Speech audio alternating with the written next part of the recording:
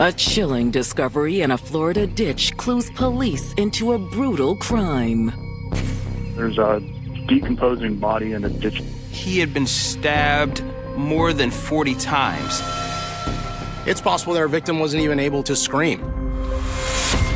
Did a former flame become deadly? Do you know who the girl was? I don't even know who she was. Or did a secret double life spiral out of control? She had a criminal history. She was involved in narcotics and things of that nature. She had been cheating on him. She went over to dude's house, hung out with him. That car was set on fire. It was completely destroyed. There's nowhere to run now. Go ahead, step out for me. She turned on him 100%. She was tired of the lies. The contempt, the deception, the lack of trust all led to this deadly recipe. August 12, 2020, Geneva, Florida. It's a calm, tropical afternoon in the lush landscape of Seminole County. Geneva is really close to Orlando. It's about 30 minutes north. It's more rural, and so there are less people, less attractions. There are areas that are wooded and secluded. It's kind of reminds you like when people think of the country. But at 3:20 p.m., a chilling call sends shockwaves through the county sheriff's office. A man was walking in the area of Settlers Loop in Geneva when he made a startling discovery. 911, police, fire, medical. Police, Settlers Loop. There's a decomposing body in the ditch. There's a body in the ditch decomposing. Correct. It looks like maybe an African-American naked body. When police arrive at the scene, it's just as the caller described. They find an unidentified black male on the side of the road in early stages of decomposition, without any clothing, disposed like garbage. It's clear the victim suffered a violent death. He had been stabbed more than 40 times, all over his body, including his head. So the level of aggression and the level of violence in this case is a telltale sign that it's a crime of passion. It's somebody knows this person, and they want to make sure this person is dead. But who is he? The victim was nude, and there was no ID. If the suspect has time, they tend to get rid of the victim's cell phone, the murder weapon, whether it's a gun, a knife, a blunt instrument. So we never found the knife. It was just the body. That's all police had to go on. So investigators decide to run a fingerprint analysis. When you have somebody with no identification on them, no identifiable tattoos at that time due to the early stages of decomposition, and you want to identify your victim very quickly, fingerprints would be the best way to do it. It's the quickest method. And when police run the prints, they immediately get a hit. It was at this time that they were able to determine the victim was 30-year-old Joel Cosby. Joel Rashad Cosby was known by loved ones as a sharp-witted family man. He was one of the funniest people ever, whether it was dancing or singing or telling a joke. Joel was always the person to make everybody laugh. He was real tall, so we'll play basketball. Of course, he'll show out and joke on me, or dunk over my head or stuff like that. He was definitely a jokester. In fact, Joel was a man of many talents. He did love music. He did rap, actually. He did love to rap. He could be rapping to his sister. It'll be funny and it'll rhyme at the same time. That was one hell of a combination. But nothing was more important to Joel than being a father. In 2015, Joel's girlfriend, Jasmine, gave birth to their daughter, Jelani. When he held her, it was different. He did not put her down, like, the entire time that he was in the hospital with her. He overly loved her. Very hands-on. She looked just like him. I mean, it was a beautiful thing. However, the union between Joelle and Jelani's mother, Jasmine, wasn't meant to last. It wasn't one of those things like, I don't love you, I don't want to be with you. It's just my life is not where your life is.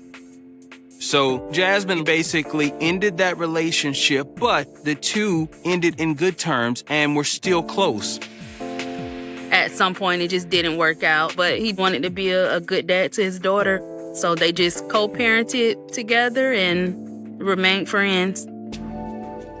In the meantime, Joelle took a job at a local car dealership to help provide for Jelani.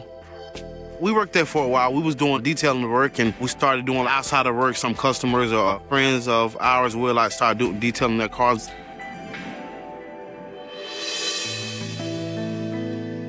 When he wasn't busy working or spending time with his daughter, Joelle dipped his toes back into the dating pool. And that's when he met Jade Caparelli. Early 2016 is when she started to pop up. He always been somewhat of a ladies' man. Had an amazing time. I did too. Literally, all of the girls were so attracted to him. However, Jade seemed like more than just a fling. They connected over the fact that they were both parents. Jade had 2 children, a girl and a boy. Eventually, their relationship grew into something really passionate.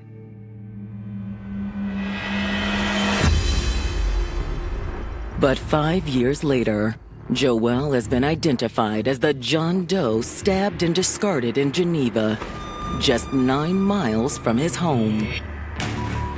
Based on the crime scene, they surmised that he was killed elsewhere.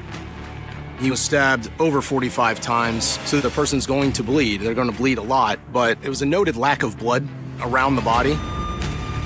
He was nude, there was no weapon they could find, and there was no blood at the scene. They have no clues to even start this investigation. As CSI continues processing the crime scene, detectives prepare to deliver the tragic news to Joelle's loved ones. That was the worst day of my life. And I lost it. I'm so sorry. I couldn't believe it. I couldn't believe what I was hearing. My body got cold. It's just a feeling like you're so torn and broken, like, wow, this can't be real. Unfortunately, Joelle's family has no idea who could have done this. Is there any reason he would have been in the Geneva area? They didn't really have any ties to that area specifically, at all. They didn't have, a prior address there or had a friend or anything like that. You don't mess with nobody. I keep saying he's a clown. It was never nothing, no serious, no guns, none of that. He seemed like a good guy and did not have any enemies, and so they couldn't imagine who would want to harm him. Can you tell me about the last time you spoke with Joelle? The last time his family had seen him was about 1 week earlier. He's known for, I'm gonna come over and then I probably see y'all in 3 days, 4 days, but I'm okay. That was normal. His mother is able to tell the police that she had seen her son on Sunday, August 9th, around 9:30 p.m. Joelle was in the Midway area. He had visited his mother. He was eating dinner over at her house. He stayed for about an hour just conversing with his mother and then left around 10:30 p.m. Don't forget to call me when you get I will. Love you. All right, baby. Love you. But it's who he left with that makes detectives' ears perk up. As her son was leaving, she was able to look into the car and she saw his on-again, off-again girlfriend, Jade, sitting in the driver's seat. I never thought she was good enough for my son. After becoming a father and setting off on a new path for himself, 30-year-old Joelle Cosby had found a kindred spirit in Jade Caparelli. Joelle and Jade hit it off. She was also a parent. Joelle was still very active in his daughter's life from his previous relationship. He was definitely a funny, hands-on dad. But now Joel has been the victim of a brutal stabbing. And in speaking with his mother, it seems Jade Caparelli may have been the last person to see him alive. Joel's mom recalls seeing him get into a white Dodge vehicle. As her son was leaving, she was able to look into the car and she saw his on-again, off-again girlfriend, Jade, sitting in the driver's seat. According to Joel's family, Jade is nothing but trouble. I always thought that she was not good enough for my son. His mother was one of the first people. She's like, I don't like her. Jade had a criminal history. She was involved in narcotics and things of that nature. Joel's family knew of Joel and Jade's relationship. They described it as toxic. You know, the way they spoke to each other and arguing and things like that. What's your problem now, Jade? No, I know you're lying. You're lying about what? They would talk and then they wouldn't talk. They would block each other. They would not speak. They would be back together. You know what? I'm done with this, man. You're crazy. After learning about Joel's rocky relationship with Jade, detectives are eager to speak with her, but she's not easy to get a hold of. We got her phone number and tried different addresses and finally were able to get in touch with her. She agrees to meet them at the station for an interview. We're here in reference to, as you're aware of, the death of Joel Cosby. Raise your right hand for me. You swear that everything you tell me today is the truth, the whole truth, and nothing but the truth, so help you God. Yes. Detectives begin the interview by asking Jade about her relationship with Joel. Me and Joel have been on and off for like 5 years. I love him. But she admits the relationship had its issues. He's left a few times and got involved with like another girl. Do you know who the girl was? There was another little white girl. I don't even know who she was. Jade also told investigators that Joel was still close with his child's mother, Jasmine. However, despite their ups and downs, Jade says she and Joel always came back together. She says they'd recently gotten closer than ever. In fact, she says they even went apartment hunting last week. We were looking for a place, so he was looking. Okay. When was the last time you guys were together? This weekend. What day? Sunday. Sunday's the last time. Okay, tell me about that day. Jade says she and Joel hung out all afternoon, and she dropped him off at his mom's house around 9:30 p.m. Did you ever go to his mom's house? No, I didn't go in there and speak to her or anything. While Joel was eating dinner with his mom, Jade went to run some errands. She confirms that she picked Joel up from his mom's house around 11 p.m. Jade says after that, she drove Joel to his home and left him there. You left him at the house? Yes. He went inside. You leave him around midnight, somewhere, give or take? Yeah. Drive straight home? Yes, I went straight home. Jade said when she tried calling Joel the next morning, she didn't get an answer. What time did you call him next day? I called him probably around 5, 6. In the morning or p.m.? No, in the morning when I got up. Okay. What are you up so early? I usually can't sleep very much, to be honest.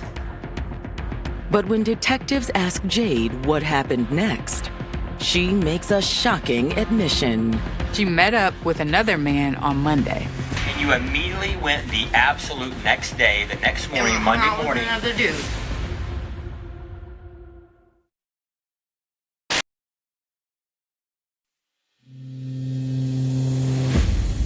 Seminole County detectives investigating the stabbing death of beloved 30-year-old father Joel Cosby are speaking with his girlfriend, Jade Caparelli. The Monday after Joel went missing, she met up with another man. You immediately went the absolute next day, the next morning, Monday morning. Another dude. It was her ex-boyfriend, Marvin Bryant. What's your relationship with Marvin? Is it still intimate? Not really. Not really, or no, or yes? No. Jade explains that Marvin is the father of one of her children, and they still maintain a friendly co-parenting relationship. So you get up the next morning and you drive back to Marvin's house in Orlando. Where does he live in Orlando? He lives in Apopka. Detectives are now wondering if Marvin had an axe to grind with Joelle. Is this a love triangle situation? What does Marvin think of Joelle? He doesn't really know Joelle to think of it. Did they ever talk? They don't talk to each other. Jade insists Marvin would never hurt Joelle. So he's a good guy? Yeah, he's very good. And even when Jade was at Marvin's, she says she was still trying to get a hold of Joelle. She claims she continued trying to reach out to Joelle in the following days. Keep trying? I called. Did you ever think about reporting him missing? Well, no, he did that all the time. Joelle went back and forth all the time. I get that.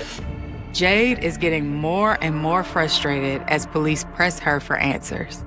I'm trying my best to tell you whatever you want to know and tell you the truth. Like, I love Joelle. At that point, Jade ends the interview. Let me get an attorney, please. I'm not doing this with you guys. Investigators are still very suspicious of Jade and her story, but they have nothing to hold her on. You're free to go, but we will see you again, and it's not going to be as pleasant. Once Jade leaves, detectives are eager to speak with her ex, Marvin Bryant. But before they can make a move, Marvin shows up on his own. On Saturday, August 15th, Marvin Bryant walks into the Seminole County Sheriff's Office stating that he believes that he is the prime suspect in a murder case. That doesn't happen every day. You don't have somebody coming into the police station saying stuff like that. You came in and told the deputy you're the prime suspect in a homicide. What was that all about? I thought it was, man. Somebody dies. She talking about her friend died. Well, I'm just a little scared. With no prior criminal history, Marvin wanted to make sure his name wasn't being dragged into something it shouldn't be. He talked to Jade, and he felt that, well, maybe he should give a statement too, to try to maybe absolve him of any suspicion. Who did she tell you died? The dude she was dating while we were broke up. He says at the 5-year mark, they broke up for about a year. But unlike Jade's statement, he says they are still in a relationship. And that he lives with Jade and their children in Deltona. Why would she tell us you live in Apopka? Why would she say that? I'm not sure about that. At that time, detectives realized that these three are in a love triangle. Jade has been dating them both. Detectives let Marvin know that Jade has said that she actually saw Joelle that weekend. Well, I'll tell you what she told us. She went over dude's house that died. Hung out with him. Now, I know it sucks. This makes Marvin visibly upset. One can only speculate what Marvin Bryant was thinking at this time. He has to feel betrayed by Jade, his girlfriend of 10 years. Detectives redirect their line of questioning to the Monday after Joelle went missing. Okay. Monday, what happened? Y'all stay home all day? All day, pretty much. Well, I mean, we probably ran errands again. Together? Walmart, like that. That's when detectives noticed something about Marvin's hands. Okay, let me stop real quick. Detectives notice Marvin Bryant has cuts on both of his hands. Police realize that this may be signs of a struggle.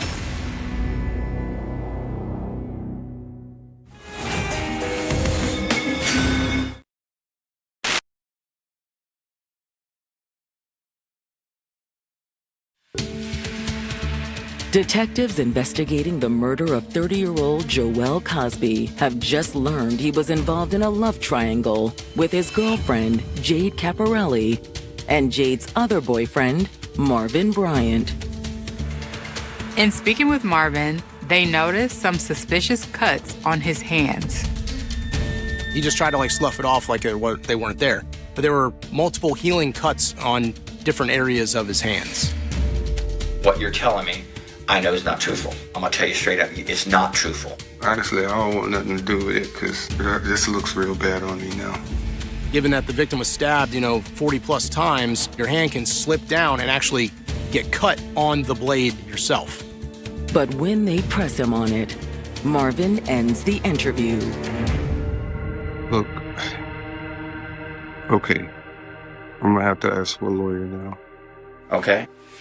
However, investigators have what they need to obtain a search warrant for the home Marvin shares with Jade. When we conducted the search warrant at the house, there wasn't really anything of evidentiary value within that house. But outside the home is a different story. Immediately, they pick up on some suspicious things. We saw that fresh red mulch had been spread around a couple different planter areas. Detectives also noticed in the driveway there was one spot in particular that looked cleaner than the surrounding driveway, as if it had been pressure washed. And the final red flag? Marvin's car appears to be missing. His car is nowhere to be found. Marvin now claims it was stolen. I think Marvin thought, I'll report it stolen, and that way I'm not looked at as a suspect because I'm a victim of a vehicle theft. Detectives think there's more to the story. They issue an APB for the vehicle, a white Ford Mustang. I want every patrol unit keeping an eye out for that vehicle. And before long, they get a hit. That car was set on fire over in Lake County. It was completely destroyed. It was burned to the ground. Which means any potential evidence has been destroyed with it. Police aren't able to pull any DNA or fingerprints or anything off of that car. Regardless, investigators believe they're onto something. So they begin retracing Jade and Marvin's movements in the hours leading up to Joel's murder. During Marvin's interview, he mentioned that he and Jade had ran some errands at Walmart. So detectives decided to obtain that security video to see what the couple was doing in the store. They see Jade and Marvin enter into the Walmart around 7:45 a.m. and make a beeline directly for the cleaning supplies. They're buying a large amount of cleaning products, just various cleaning products, and 2 bags of red mulch. Next, detectives get a warrant for the vehicle Jade was driving the night she picked Joel up from his mother's house. Detectives have it towed back to their headquarters to get their CSI team to go through it. You can spray luminol or Blue Star reagent in an area that you suspect may have some type of substance that could be reactive. So when you do that, it will glow a nice bright blue color.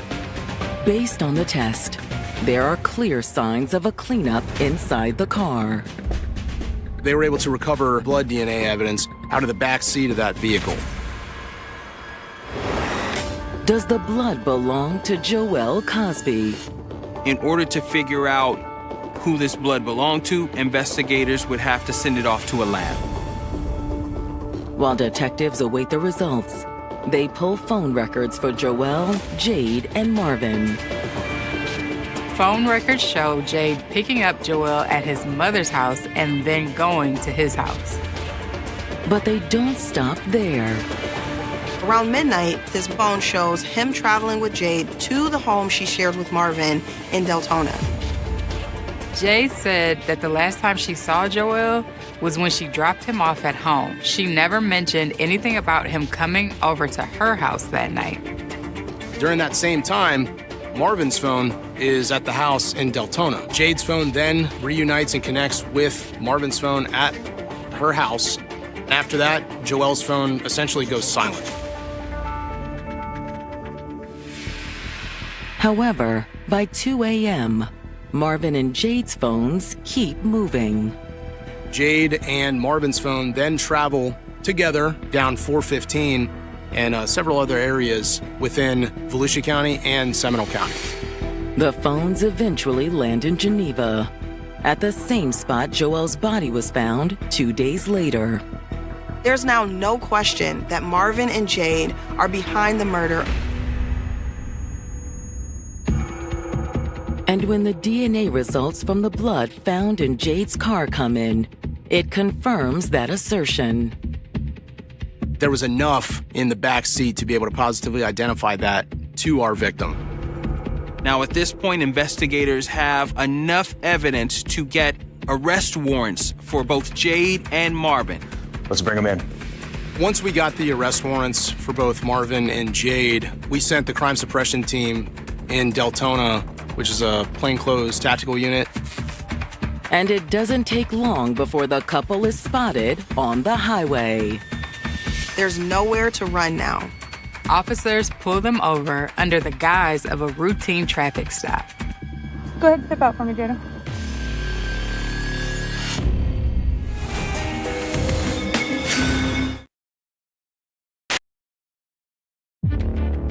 On December 4th, 2020, investigators have moved in to arrest Marvin Bryant and Jade Caparelli for the murder of Jade's boyfriend, 30-year-old Joel Cosby. Jada, go ahead and step out for me, Jada.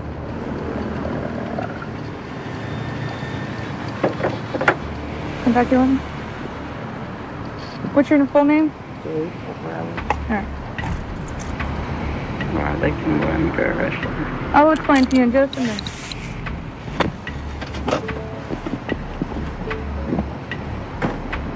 Are you Marvin?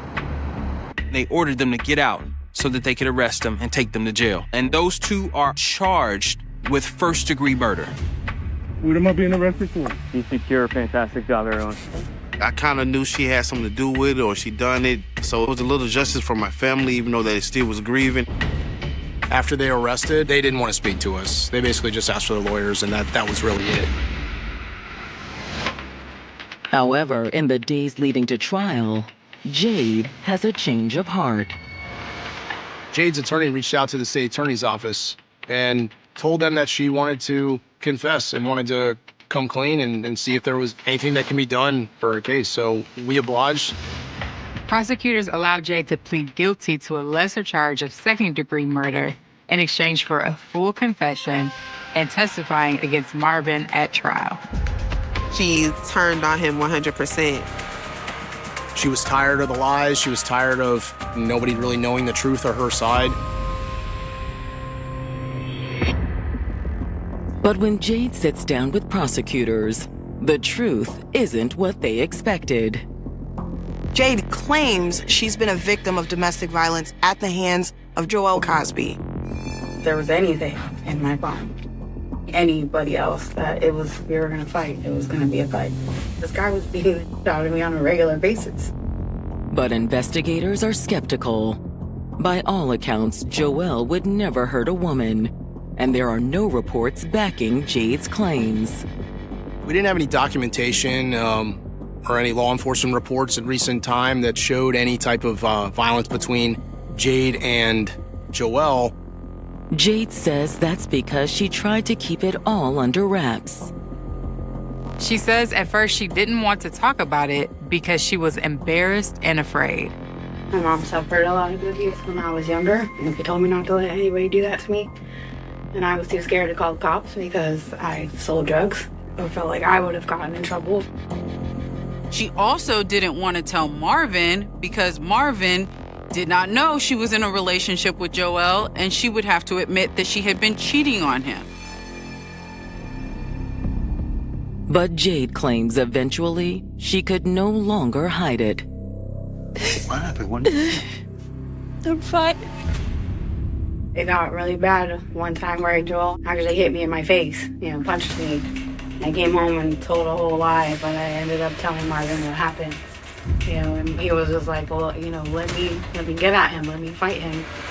Marvin, of course, is hearing Jade's side of the violence, and I think Marvin didn't like that she was still talking to Joelle. Here you are, you know, as what is supposed to be a man, and you're living with this girl who you clearly see is with somebody else. I'm sorry, I won't see him again.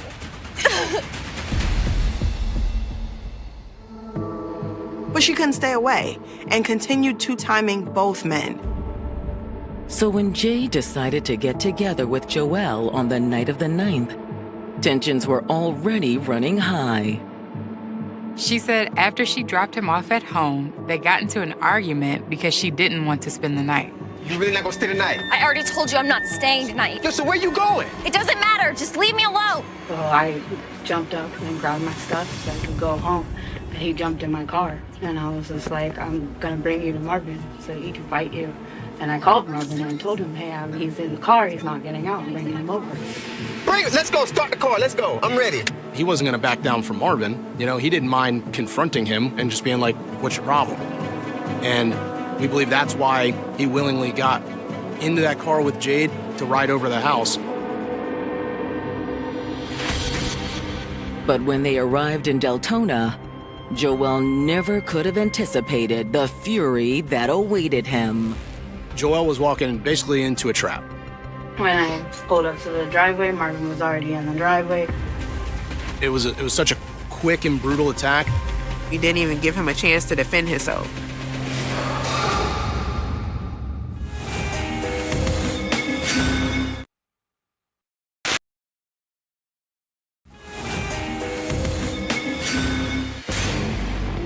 In June of 2023, accused killer Jade Caparelli is finally giving a confession regarding the events that took the life of her boyfriend, 30-year-old Joel Cosby. She admits she drove him to her home in Deltona, Florida, where she lived with her other boyfriend, Marvin. The intention was for Marvin to beat Joel up. But Jade claims she never anticipated what happened next. Marvin opened his door, he hit him. You didn't even give him a chance to defend himself. You know, you had to surprise him with the attack. As far as I could see, I thought they were just fighting. According to her, it just looked like Marvin was hitting Joelle. Joelle tried to get away from the attack, but it was such a quick and brutal attack that Marvin met him over there and continued outside on the ground. Jade says once she realized what was really going on, she was paralyzed by fear. It's possible that our victim wasn't even able to scream. If his lungs had been punctured and his neck was stabbed so many times, it's possible that he couldn't even make a sound at that point. But eventually, the severity of Joelle's injuries was clear. I saw Joel was bleeding, you know. I mean, I watched Joel die. And in my mind, like, I was like, I want to help him, but I didn't. I panicked. It's kind of shocking that there were no witnesses to this crime, considering this all happened in the driveway. Let's keep in mind this happens, you know, in the early hours of the morning. There's not really a lot of traffic on the roadways. There's not a ton of exterior lights or street lights or really anything like that in the area that would have just like lit this place up. Jade says once Joelle was dead, Marvin started giving her orders. Marvin was like, you know, just be quiet, just get in your car, follow me. I watched him pull Joel into the car, and I followed him. And he went out to Geneva. I don't remember exactly where we were. She waited in the car for Marvin while he took off all of Joel's clothes, leaving him naked, and disposed of his body by the side of the road. Marvin then put Joel's bloody clothes into the back of Jade's car, which would explain the blood evidence police later found. Follow me back to the house, okay? Okay. Did you ever see what he was stabbing him with? No, he got rid of that. When he threw away all his clothes, he threw that in the trash too. Like, he literally put all that stuff in the trash, and the trash people took it.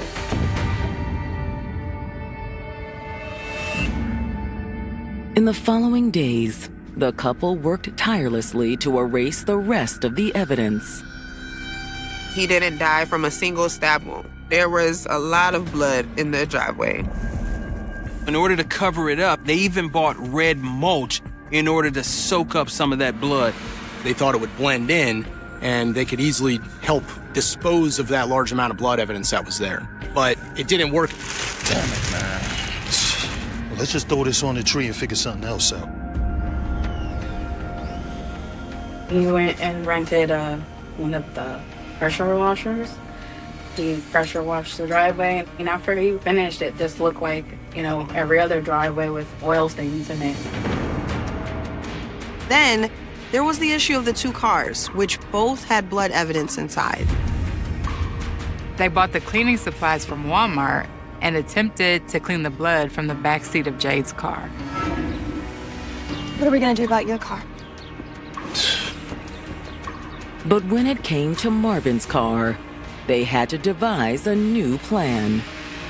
There was so much blood in the Ford that there was no way they could clean it up. So they decided to drive it to Lake County and set it on fire. Is there anything else you think we really need to know that maybe we didn't ask you? No. That'll conclude it. It is approximately 2:19 p.m., 19 hours. With Jade's cooperation in the prosecution against Marvin, we had a tight case. Armed with Jade's statement, prosecutors enter Marvin's June 2024 trial feeling fully prepared. Detectives from both Volusia and Seminole County testify at the trial and weave the tapestry for how this murder occurred. According to the prosecution, Marvin was a cold and calculated killer. Marvin was at the house waiting. So Joelle was showing up to an ambush, attacker laying in wait with a knife. It would lead one to believe that, in this case, Marvin Bryant had a lot of time to think about what he wanted to do and how he wanted to do it. In his assault, Marvin stabbed Joelle over 45 times wherever he could. Head, neck, and torso. To support their claims, prosecutors called Jade Caparelli to the stand. Jurors hear about Jade's on-again, off-again relationships with Joelle and with Marvin. She recites the same account to jurors as she did in her recorded confession. It was a very strong case going to prosecution, even without her statement or without her cooperation. During cross-examination, Marvin's defense team doesn't go easy on Jade. They essentially pinned the case back on Jade, and that he was just helping her and he was just kind of standing by. However, the jury isn't buying it. Jurors find Marvin guilty of first-degree murder. He's ultimately sentenced to life in prison. Marvin didn't really show much reaction to anything going on. He just sat there watching. He wasn't, say, remorseful. I just feel like he realized how stupid what he did was. And the fact that, my life is over. In exchange for her testimony, Jade is granted the plea deal she was initially promised. She pled and accepted a reduced charge of second-degree murder. She was sentenced to 35 years in prison. She gets credit for time served, and she has to serve roughly 80% of that time. It was definitely a case where, no one like that needs to be free at all. But I believe it was some justice served. Though Joelle's killers are now behind bars, it doesn't ease the pain of this truly senseless murder. At the end of the day, the contempt, the deception, the lack of transparency all led to this deadly recipe that cost Joelle Cosby his life. Now, not only is his daughter without a father, your daughter will never be able to see you ever again. You ruined your life just as much as you ruined all of these other people's lives. However, through their grief, Joelle's family has found strength in their memories of. There are cold cases that remain mysteries because investigators never find a suspect, and then there are cold cases that become something even more haunting because the killer seems determined to remind everyone that he is still out there. For 30 years, the murder of 8-year-old April Marie Tinsley belonged to that second category. On April 1st, still 1988, a little girl disappeared in Fort Wayne, Indiana, after leaving a friend's house to retrieve an umbrella. It was Good Friday. She was supposed to be home. Instead, somewhere between an ordinary afternoon and the place where she vanished, her life was violently taken away. 3 days later, her body was discovered in a rural ditch in DeKalb County, roughly 20 miles from the neighborhood where she had disappeared. The discovery transformed a missing child investigation into a murder investigation, and the question that would follow investigators for decades was brutally simple. Who took April Tinsley? The search began immediately. April's disappearance had already triggered an enormous response, but finding her body changed everything. Investigators now had a crime scene, a grieving family, a frightened community, and an unknown offender who had seemingly vanished without leaving behind a clear identity. A witness later reported seeing a white man forcing a girl matching April's description into a blue pickup truck. But a description was not a name. A vehicle was not an identity, and the clock was already working against investigators. In an era before the modern explosion of forensic DNA technology, evidence that would eventually become decisive could not yet provide the answer. The investigation continued, but the killer remained free.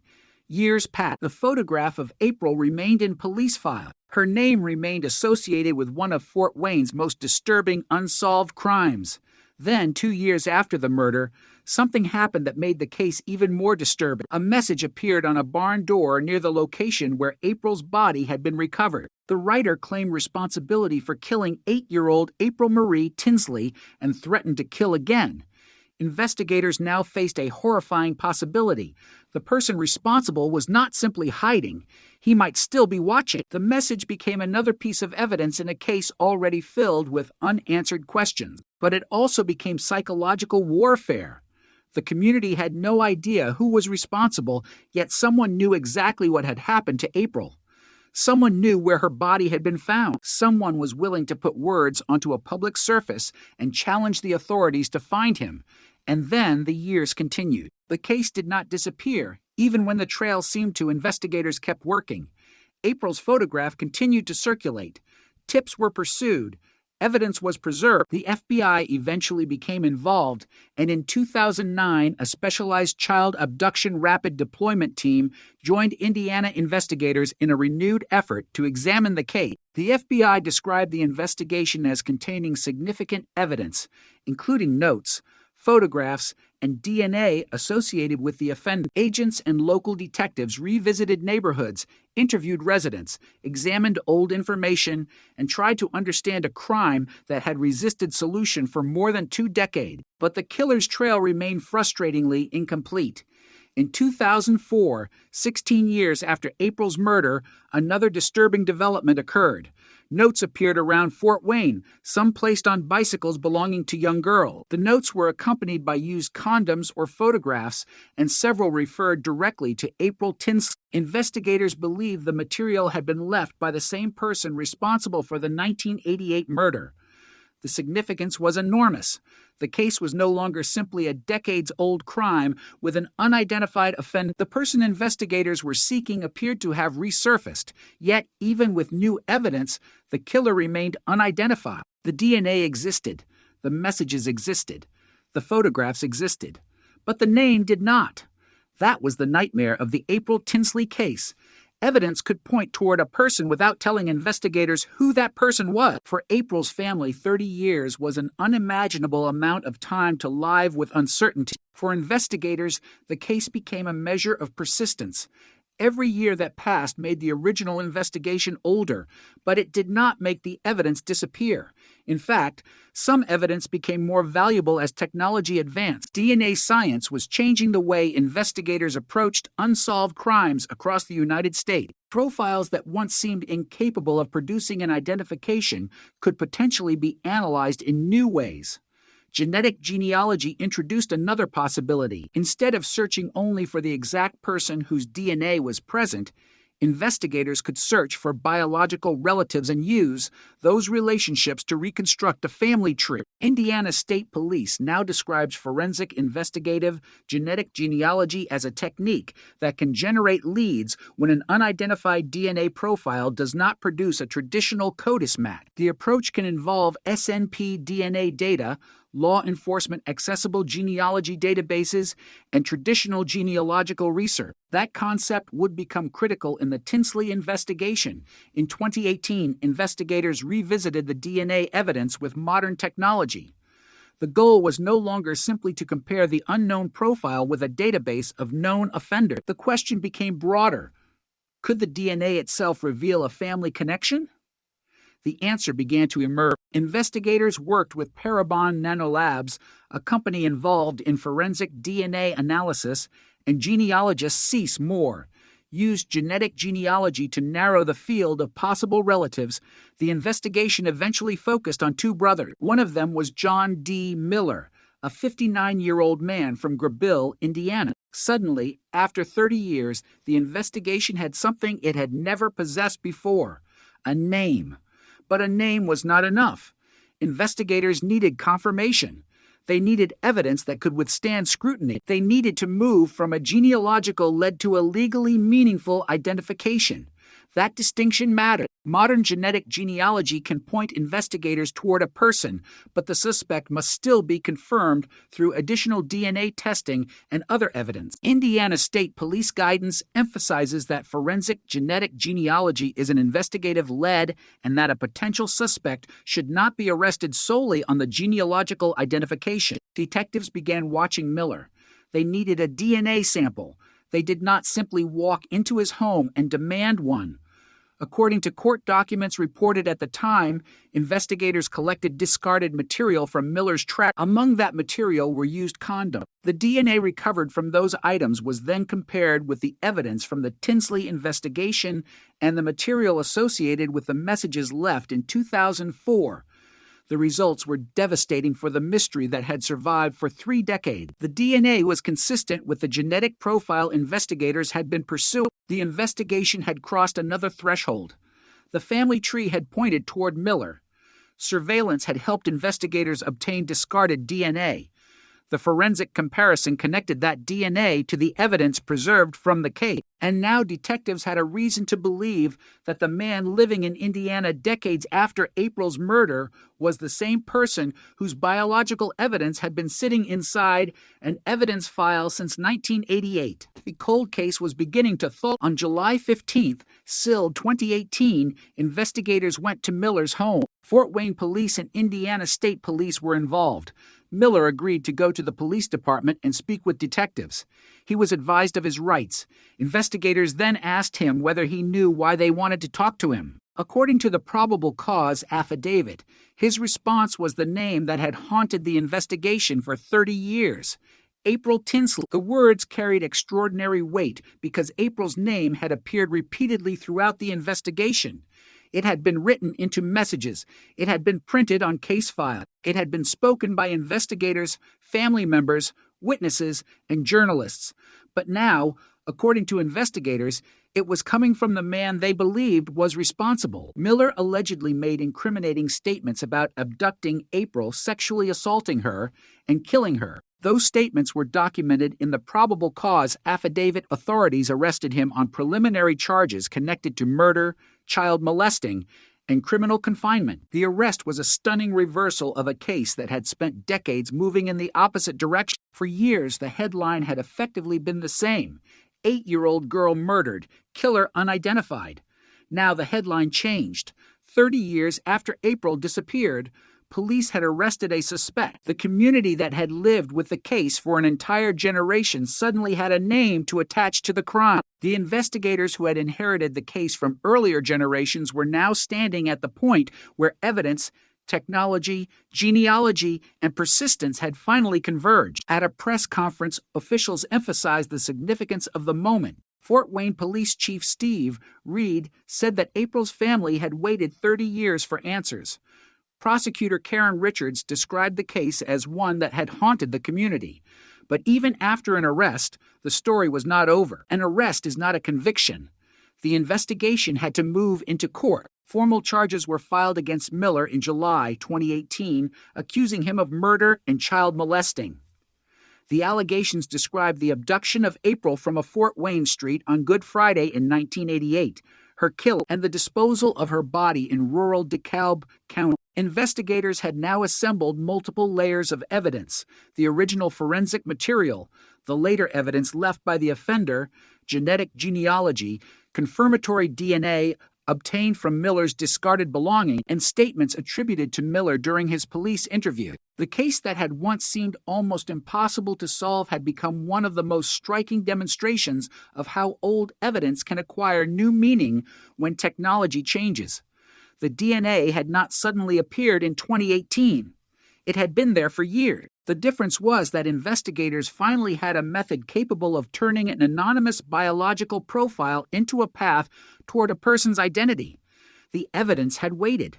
Science caught up with it, and the family that had waited 30 years finally had an answer to the question that had dominated their lives. But there was another layer to the story, one that made the case particularly disturbing. For years, the person responsible had apparently left traces of himself behind.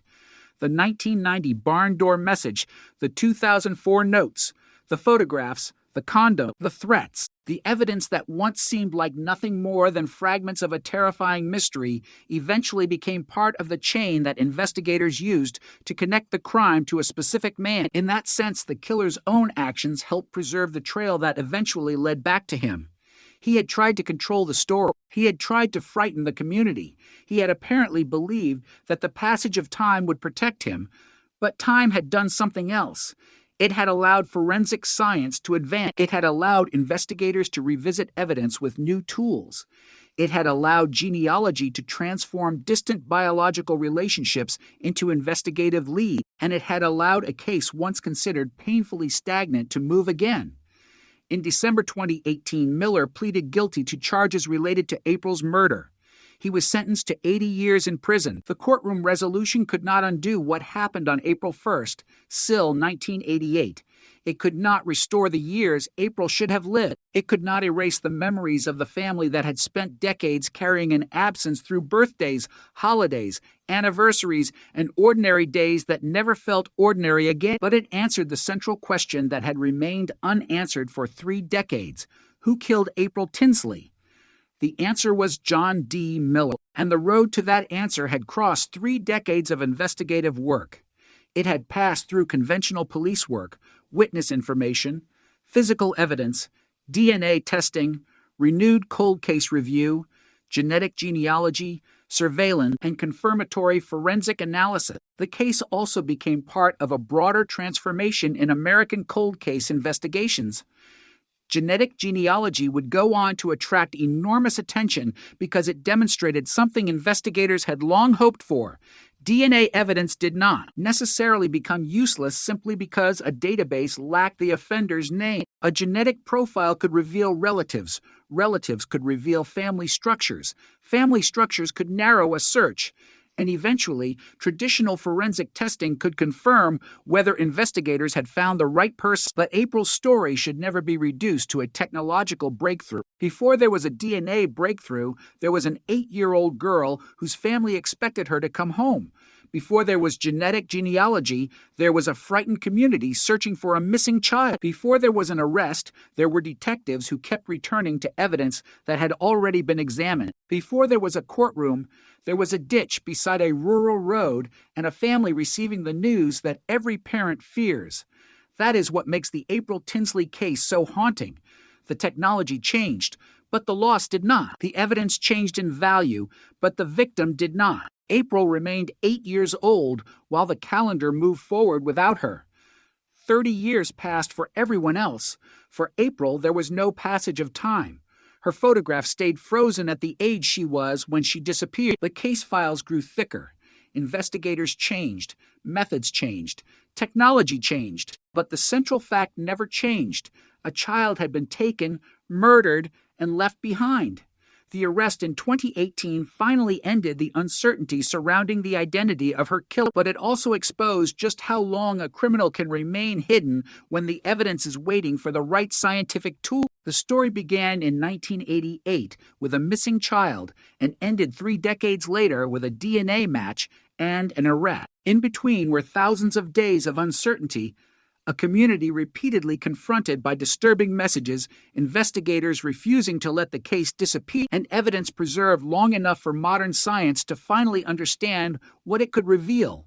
And perhaps that is the most unsettling lesson of all. A cold case is not necessarily a dead case. Sometimes the answer is already sitting inside the evidence room. Sometimes the clue is already there. Sometimes the name is buried inside a family tree that no investigator could have constructed 30 years earlier. And sometimes the person responsible believes that time has erased the trail behind him, when in reality, time is carrying the evidence toward a future in which the technology will finally be capable of reading it. For April Tinsley, that future arrived in 2018. 30 years after Good Friday became the day her family lost her, investigators finally had the identity of the man responsible. The mystery that had haunted Fort Wayne for a generation was no longer a mystery. The photograph remained. The memories remained. The questions about why remained. But the question of who was finally answered, and after 30 years of silence, the name attached to April Tinsley's murder was no longer hidden in an anonymous DNA profile, an old police file, or a forgotten message on a barn door. It was a name investigators could finally take to court. John D. Miller. The cold case had finally been broken. The evidence had finally spoken. And April's name, after 3 decades of uncertainty, finally had an answer. For 30 years, the evidence waited in silence. It waited inside old police files, inside evidence bags, inside photographs, inside memories that had never been allowed to fade completely. And somewhere inside that evidence was a biological signature that investigators could not yet turn into a name. In 1988, the technology simply was not capable of doing what investigators would eventually accomplish in 2018. The DNA could tell them that the same unknown offender had been connected to the crime, but it could not tell them who that offender was. That distinction would define the April Tinsley investigation for decades. The case had evidence. What it did not have was an identity. April had disappeared on April 1st, still 1988, while walking toward a friend's home to pick up an umbrella. She was only 8 years old. 3 days later, her body was discovered in a ditch approximately 20 miles from her Fort Wayne neighborhood. The case immediately became one of the most disturbing murders in the region, but the investigation quickly encountered the wall that would define so many cold cases of that era. Investigators could reconstruct pieces of what had happened. They could gather physical evidence. They could speak with witnesses. They could preserve biological material. But the person responsible remained beyond reach. And then came the messages. The killer did something that many offenders never do. He left behind communications connected to the murder. Years after April's death, investigators encountered threatening material that referred to the crime and appeared designed to remind the community that the person responsible had never been caught. In 2004, the case became even more disturbing when notes connected to April were discovered around Fort Wayne and Grabit. Some were associated with young girls' bicycles. Used condoms were also found in connection with the messages, providing investigators with additional biological evidence. What had once been a case built around a single devastating crime was now surrounded by a disturbing trail of evidence that appeared to come from the same offender. The killer was effectively leaving pieces of himself behind, yet the pieces still did not produce a name. For investigators, this created a strange contradiction. The case was not empty, it was full. There was physical evidence. There was DNA. There were threatening notes. There were photographs. There were witness accounts. There was a history of behavior that investigators could analyze. What was missing was the bridge between evidence and identity. Traditional DNA databases did not provide the match they needed. The profile existed, but it did not belong to someone already identified in the system in a way that solved the case. That meant the investigation could move only so far. Detectives could say what the DNA represented. They could say that biological material recovered from different pieces of evidence was connected, but they could not walk into a courtroom and point to the person who had left it there. That was the nightmare of the case. The answer appeared to be sitting inside the science, but the science had not yet learned how to read the answer. For years, investigators continued to work the case. In 2009, the FBI joined the investigation, describing it as highly solvable and assisting local authorities in another effort to identify the offender. Investigators reviewed evidence and information that had accumulated over more than 2 decades. They pursued leads. They interviewed people. They examined old material with the knowledge that even one overlooked detail could potentially change everything. But another breakthrough did not come immediately. The case remained open. For April's family, the passage of time was cruel in a way that statistics could never explain. April remained 8 years old. Everyone else grew older. The people who remembered the original investigation aged. Detectives retired. New detectives inherited files created before they had entered law enforcement. Technology changed. Fort Wayne changed. The world changed. But the question remained fixed in place. Who had taken April? Who had killed her? And who had been leaving messages that seemed to taunt investigators years later? Then the science began to change the equation. Across the United States, investigators were discovering that genetic genealogy could transform cold case investigations. Instead of requiring an exact match in a conventional law enforcement DNA database, investigators could use genetic information to identify relatives of an unknown person and then reconstruct family relationships. The method did not magically produce a suspect. It created a path. A distant relative could become a starting point. A family tree could become a map. And somewhere at the end of that map could be the person investigators had been searching for. In the April Tinsley case, that possibility became real in 2018. Fort Wayne Police Detective Brian Martin arranged for advanced genetic testing in May of that year. Parabon Nanolabs was brought into the investigation, and genetic genealogist Cease Moore became involved. The goal was extraordinary. Take DNA connected to a murder committed 30 years earlier and use modern genetic analysis to narrow the field of possible offenders. The work produced a result that investigators in 1988 could hardly have imagined. The genetic information pointed toward a family. More specifically, investigators were able to narrow the search to 2 full brothers. That did not immediately mean either brother was the killer. Genetic genealogy was an investigative tool, not a substitute for conventional forensic confirmation. But after decades without a name, investigators suddenly had a direction. 2 brothers. One family, one branch of the tree that demanded closer examination. The unknown offender was no longer an anonymous figure hidden behind a DNA profile. He was becoming a person. The investigation focused on John D. Miller and his brother. Miller was 59 years old and living in Grabille, Indiana. 30 years earlier, April had disappeared in Fort Wayne. The distance between those 2 facts was measured not merely in miles, but in decades. Investigators now had to determine whether Miller was actually connected to the biological evidence. This was the moment when genealogy had to give way to forensic confirmation. If the theory was correct, Miller's DNA should match the biological evidence preserved from the crime. If the theory was wrong, investigators would have to start again. Detectives began looking for a way to obtain a direct comparison without alerting Miller to the investigation. They examined material from his discarded trash. Among the items recovered were used condoms. The DNA extracted from that material was compared with the DNA already associated with the April Tinsley investigation. The result was the confirmation investigators had been waiting for. The DNA from Miller's discarded material was consistent with the profile recovered from April's underwear and with DNA associated with the later taunting evidence. The genetic genealogy had pointed toward Miller. The forensic testing strengthened the identification. Suddenly, the 30-year-old mystery was no longer an anonymous biological puzzle. Investigators had a specific man whose DNA was connected to the evidence. But even then, the investigation had to move carefully. A cold case that had survived for 30 years could not be treated casually. Every step had to be documented. Every piece of evidence had to be examined. Investigators had to make certain that the person they were approaching was not merely a genetic relative of the real offender. The comparison from Miller's discarded material was therefore critical. It provided investigators with a direct forensic connection rather than relying solely on a family tree hypothesis. The technology had opened the door.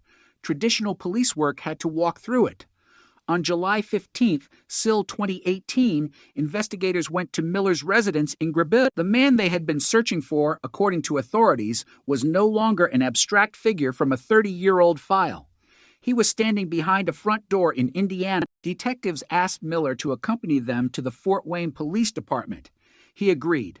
The moment was extraordinary because the investigation had traveled from a child's disappearance in 1988 to a suspect's home 3 decades later. Miller had lived through those years while the investigation remained open. The detectives now had the evidence they believed connected him to April, but they still needed to hear what he would say. According to the probable cause affidavit, investigators asked Miller why he believed they wanted to speak with him. His response was immediate and chilling. He said April Tinsley. That response was documented in the affidavit. For investigators, the significance was enormous. They had not yet told him the reason for the interview in those terms, according to the account reported from the affidavit. Yet he named April himself. The 8-year-old girl, whose photograph had been preserved in the case file for 30 years, was suddenly at the center of an interview with the man investigators believed was responsible for her death. The investigation had crossed another invisible line. It was no longer only about what the evidence might say. It was now about what the suspect might reveal. Investigators questioned Miller about the disappearance and killing. According to the affidavit, he made incriminating statements describing the abduction, sexual assault, and killing of April. Authorities said he admitted abducting her, raping her, and choking her to death. He also reportedly described what happened to her body afterward. These were allegations recorded in the probable cause affidavit and later reported by multiple news organizations. The statements gave investigators another layer of evidence, one, that existed alongside the DNA evidence that had brought them to Miller in the first place. The cold case had suddenly become an active criminal prosecution. Outside the police station, the news began moving rapidly. After 30 years of unanswered questions, April's family was finally hearing that an arrest had been made. The reaction was not simple celebration. There was shock. There was disbelief.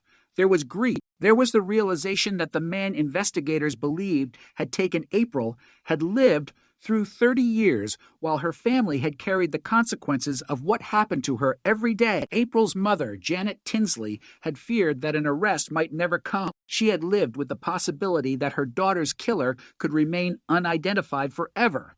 Now, in 2018, that possibility had changed. Prosecutor Karen Richards described the case as one that had haunted the community for 30 years. Police Chief Steve Reed emphasized that April's family had waited decades for answers. Those statements reflected something larger than a single arrest. The case had become part of the identity of the community itself. People who were children in 1988 had become adults. Adults had become grandparents. Yet the name April Tinsley remained connected to one of the darkest mysteries in the region. The arrest meant that the mystery was finally moving toward a courtroom.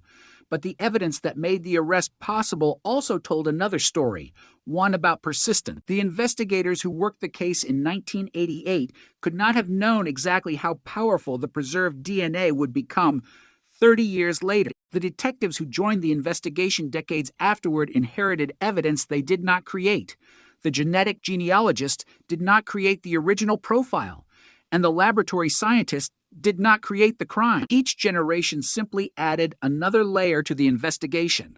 That is what made the breakthrough possible. The April Tinsley case therefore became a demonstration of how a cold case can remain alive even when every obvious lead appears exhausted. The biological evidence had survived. The investigative file had survived. The memories had survived. And eventually, the technology caught up. What had once been an unknown DNA profile could now be compared against information from relatives. What had once been a family connection could then be tested against a suspect's own discarded DNA. What had once been a theory could become evidence. The sequence was slow. It took decades, but it worked. And as the news of Miller's arrest spread, one question that had haunted Fort Wayne for 30 years suddenly had an answer. The man investigators had been searching for was no longer an unknown offender. He had a name. He had an address. He had been identified through a combination of old evidence and new science. But the story had not yet reached its final legal chapter. An arrest could provide a moment of enormous relief, but it could not erase the violence committed in 1988. It could not return April to her family. It could not undo the years of unanswered questions. The next stage would have to determine what happened when the evidence was placed before the court, and whether the man identified through that remarkable chain of DNA, genealogy, surveillance, and forensic confirmation would accept responsibility for the crime that had haunted Fort Wayne for an entire generation. The investigation had finally found its suspect. Now the case would have to confront the justice system, and after 30 years of waiting, every piece of evidence would matter. The arrest changed the April Tinsley investigation in an instant, but it did not erase the 30 years that had come before it. For 3 decades, the case had existed in the uneasy space between known facts and unanswered questions. April was dead. Her killer had been unknown. The evidence existed, but the identity attached to that evidence did not. Then, in July 2018, investigators placed a name beside the DNA profile. John D. For the first time since April's body was discovered in 1988, authorities could publicly identify the man they believed was responsible. But an arrest was only the beginning of the final stage. Now prosecutors had to transform a 30-year investigation into a criminal case that could survive in court. Every piece of evidence had to be examined again. Every statement had to be documented. Every forensic connection had to withstand scrutiny. And at the center of the case was the evidence that had finally broken the wall: DNA. The biological material connected to April's murder had been preserved for years. The later evidence left by the offender had created additional DNA opportunities. Investigators had never stopped understanding the importance of that evidence. What had changed was the technology available to analyze it. In 2018, genetic genealogy helped investigators identify a family connection, narrowing their attention to John Miller and his brother. But that genetic genealogy result was not the final identification. Investigators needed Miller's own DNA. That is why the discarded material collected from his trash became so important. According to authorities, detectives recovered used condoms and obtained DNA from them. The resulting profile matched the DNA associated with the April Tinsley investigation. The genetic genealogy had pointed toward Miller. The forensic comparison provided the confirmation. What followed was even more significant. When Miller was brought in for questioning, investigators did not simply present him with a DNA report and end the interview. They questioned him about April. According to the probable cause affidavit, Miller knew exactly who the detectives meant when they began asking why he believed they wanted to speak with him. He said April Tinsley's name. That moment became one of the most disturbing details in the case because the name belonged to a child who had been murdered 30 years earlier. Investigators then questioned Miller about what happened. According to the affidavit, he made statements admitting his involvement in April's abduction, sexual assault, and killing. The statements became another part of the evidence supporting the charges. But the case was never going to be judged solely by what happened inside that interrogation room. The history of the investigation mattered.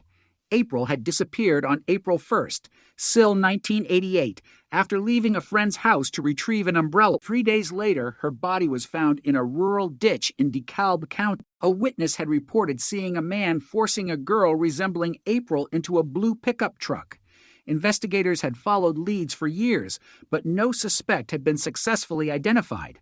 The physical evidence, however, remained, and later, the killer appeared to leave messages that kept April's name alive in the investigation. In 1990, a message was discovered on a barn door near the location where April's body had been found.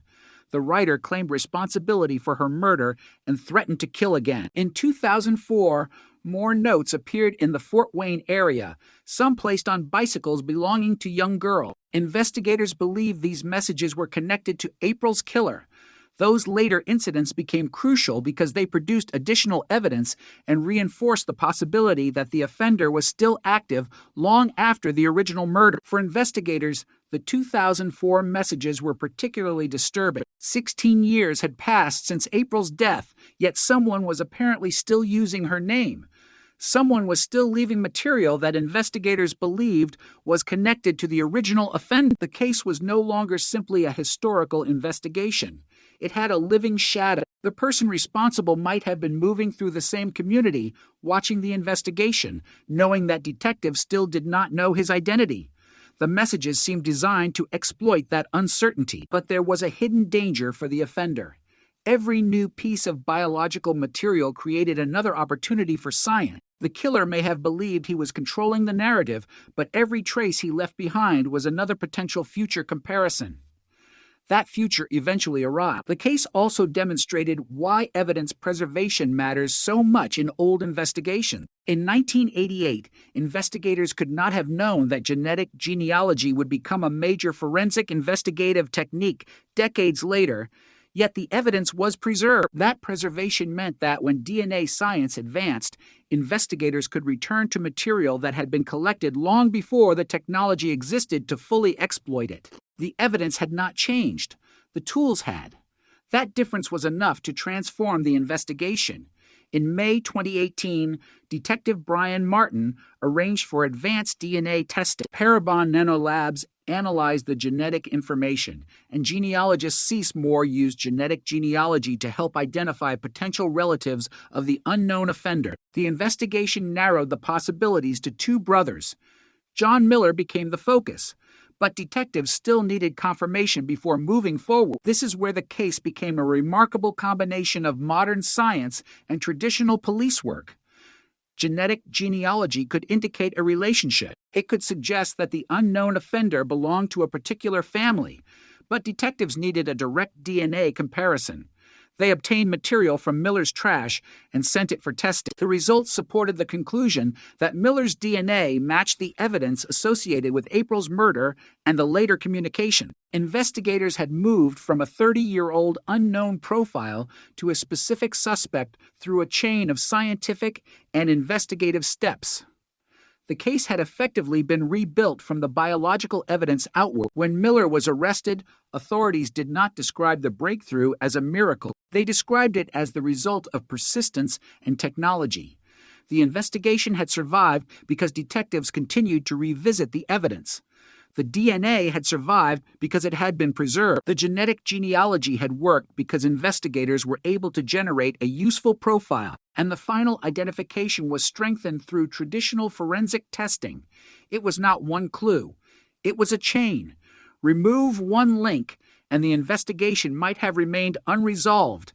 That chain now had to be tested in court. Prosecutors filed formal charges against Miller in July 2018. The allegations included murder, child molesting, and criminal confinement. The charges described a crime that had happened 30 years earlier, but the prosecution now had evidence created across multiple decades. The oldest evidence came from the original investigation. The newest evidence came from modern genetic testing. Between those 2 points were the threatening messages, additional biological evidence, renewed investigative work, and the genetic genealogy breakthrough. The entire history of the case had suddenly become relevant. The courtroom process also meant that the public would hear details that investigators had kept inside the case file for years. But the central question remained the same. Would Miller contest the allegations, or would he accept responsibility? The answer came later that year. In December 2018, John D. Miller pleaded guilty to the murder of April Tinsley and related charges. He was sentenced to 80 years in prison. The legal resolution finally gave the case an ending that investigators had been unable to reach for 30 years. Yet the guilty plea did not make the story simple. A conviction can establish legal responsibility, but it cannot restore what was lost. April was still 8 years old when the crime ended her life. Her family still had to live with the years that followed. The community still had to confront the fact that the person responsible had apparently remained unidentified for an entire generation. The arrest and conviction answered the central question of who was responsible, but they also forced people to look backward at the years during which the killer remained free. How had the case survived? Why had the original investigation not identified him? What evidence had been overlooked? And how had modern genetic genealogy accomplished what conventional methods could not? These questions made April Tinsley's case important beyond Fort Wayne. It became an example of how technology could reopen a case that had been considered nearly impossible to solve. The same principle would later influence other investigations around the country. DNA that once could establish only a biological connection could now become the beginning of a family tree investigation. An unknown suspect could become an unknown relative. The unknown relative could become a branch of a family, and that family could eventually point investigators toward an individual. But investigators still needed to confirm the lead through conventional forensic methods. The April Tinsley investigation demonstrated that balance clearly. For years, the case had been described as a cold case because the killer's identity was unknown. The term itself carries a strange weight. It suggests inactivity. It suggests that the investigation has stopped. But the April Tinsley case showed that cold does not necessarily mean dead. The evidence was still there. The DNA was still there. The case file was still there. The victim's name was still there. What had disappeared was not the possibility of solving the crime, but the immediate ability to see how it could be solved. That distinction mattered. A cold case can remain dormant for years and then move with extraordinary speed when a new technology or new piece of evidence changes the investigative landscape. In April's case, the transformation happened within months. Genetic genealogy narrowed the field. Investigators identified Miller as a potential suspect. DNA from discarded material provided confirmation. The police interview produced alleged admissions. Formal charges followed. And within the same year, Miller entered a guilty plea. 30 years of uncertainty had been compressed into a few months of extraordinary investigative activity. But the emotional timeline was different. For April's family, those 30 years could not be compressed. Every birthday that passed without her was part of the cost. Every anniversary of April's disappearance brought the case back into focus. Every new lead that failed meant another period of disappointment. Every public appeal carried the hope that perhaps someone would finally recognize something investigators had missed. The arrest changed the future, but it could not rewrite the past. That is why the photographs of April became so powerful after the arrest. They represented the child who had disappeared in 1988, not the suspect who had finally been identified in 2018. The case was never really about the killer. It was about April. The technology was not the hero. The police were not the hero. The DNA was not the hero. April was the reason the investigation continued. Her name was the reason detectives kept returning to the evidence. Her family was the reason the case could never simply become another forgotten file. And the final identification mattered because it restored one essential thing that had been missing for 30 years: accountability. The case also exposed the strange relationship between time and forensic evidence. Investigators often speak of the passage of time as an enemy. Witness memories fade. People move. Documents disappear. Locations change. Technology becomes outdated, but time can also become an ally when evidence is preserved. Scientific methods that did not exist in 1988 became available in 2018. The biological material collected decades earlier suddenly became far more informative. The evidence had been waiting for the future. In that sense, the April Tinsley investigation was not solved despite the passage of time. It was solved partly because the evidence survived long enough for new science to reach it. That is what makes the case so striking. A killer who had remained hidden for 30 years was not discovered because someone suddenly remembered his name. He was identified because an old biological trace could finally be connected to a modern family tree, and then connected again to the man's own DNA. The investigation crossed decades in a single chain of evidence, and when the chain reached John Miller, the cold case finally had a suspect, a prosecution, and ultimately a guilty plea. The story that began with a missing 8-year-old girl ended with a courtroom acknowledgement of responsibility, but the emotional ending was never going to be as clean as the legal one. Justice could establish accountability. It could not give April back. It could not restore the childhood she never had, the years she never lived, or the future that was taken from her. What it could do was end one terrible uncertainty. For 30 years, the question had been whether April's killer would ever be known. In 2018, that question was answered. and the answer came from a combination of evidence that had survived since 1988 and science that had not yet existed when April was alive. The lesson was brutal but powerful. A case can go silent without truly disappearing. Evidence can wait. Technology can change. Investigators can return, and a name hidden for decades can eventually emerge from a strand of DNA, a distant relative, a discarded object, and a family tree. For April Tinsley, the silence lasted 30 years. Then, suddenly, it was broken. The killer had a name. The evidence had a match. The courtroom had a plea, and the little girl whose photograph had remained frozen in time finally had an answer to the question that had haunted her family and her community for an entire generation. The most haunting thing about a cold case is not always the absence of evidence. Sometimes it is the presence of evidence that seems to lead nowhere. In the April Tinsley investigation, investigators had spent years surrounded by fragments of the truth. There were witness accounts. There were physical traces. There were threatening messages. There was biological evidence. There was DNA. Yet for decades, none of those pieces could be assembled into a complete picture. April had disappeared in Fort Wayne on April 1st, still 1988, and her body was discovered 3 days later in a ditch in DeKalb County. A witness had reported seeing a man force a girl resembling April into a blue pickup truck, but the description did not produce a suspect. The investigation expanded, and the community waited. Then the case became even more disturbing when messages connected to April appeared years later. The first major message came in 1990 when words claiming responsibility for April's murder were found on a barn door near the location where her body had been recovered. Investigators believed the writer was the person responsible for April's death and interpreted the message as a threat to kill again. The crime had already traumatized the community. Now, someone appeared to be deliberately reopening the wound. The question became not only who killed April, but who was still watching, who knew details about the crime, who had the confidence to leave a message so close to the place where April's body had been found, and why would anyone take the risk of drawing attention back to a murder that had already gone unsolved? Those questions remained unanswered. The message did not provide a name. It provided fear. Years passed again. Then, in 2004, the investigation was pulled back into the public consciousness when more disturbing notes appeared in the Fort Wayne area. Some were placed on bicycles belonging to young girls.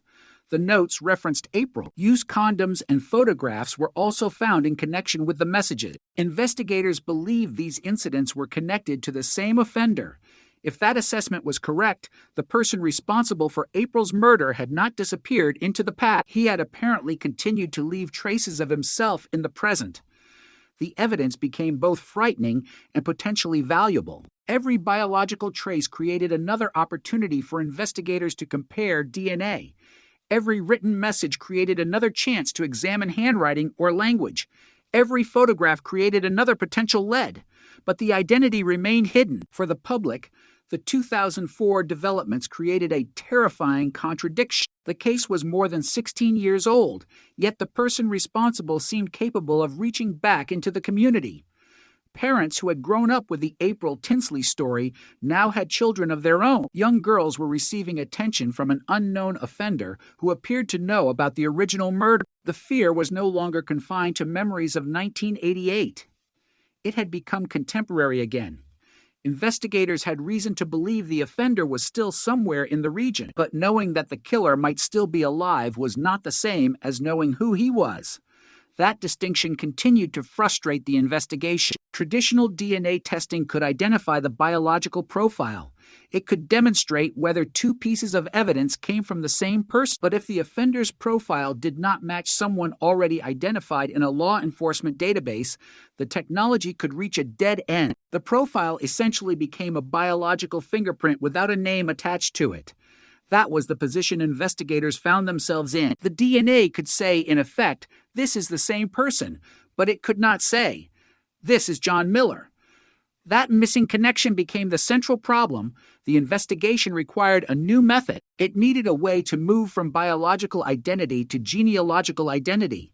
That possibility emerged as genetic genealogy became increasingly important in cold case investigations. Instead of asking whether an unknown DNA profile matched a known offender, investigators could ask whether the profile was related to people whose DNA had been submitted to genealogical databases. The answer could lead to distant relatives. Those relatives could reveal family structures. Genealogists could then reconstruct those structures until investigators reached a small number of possible individuals. It was painstaking work.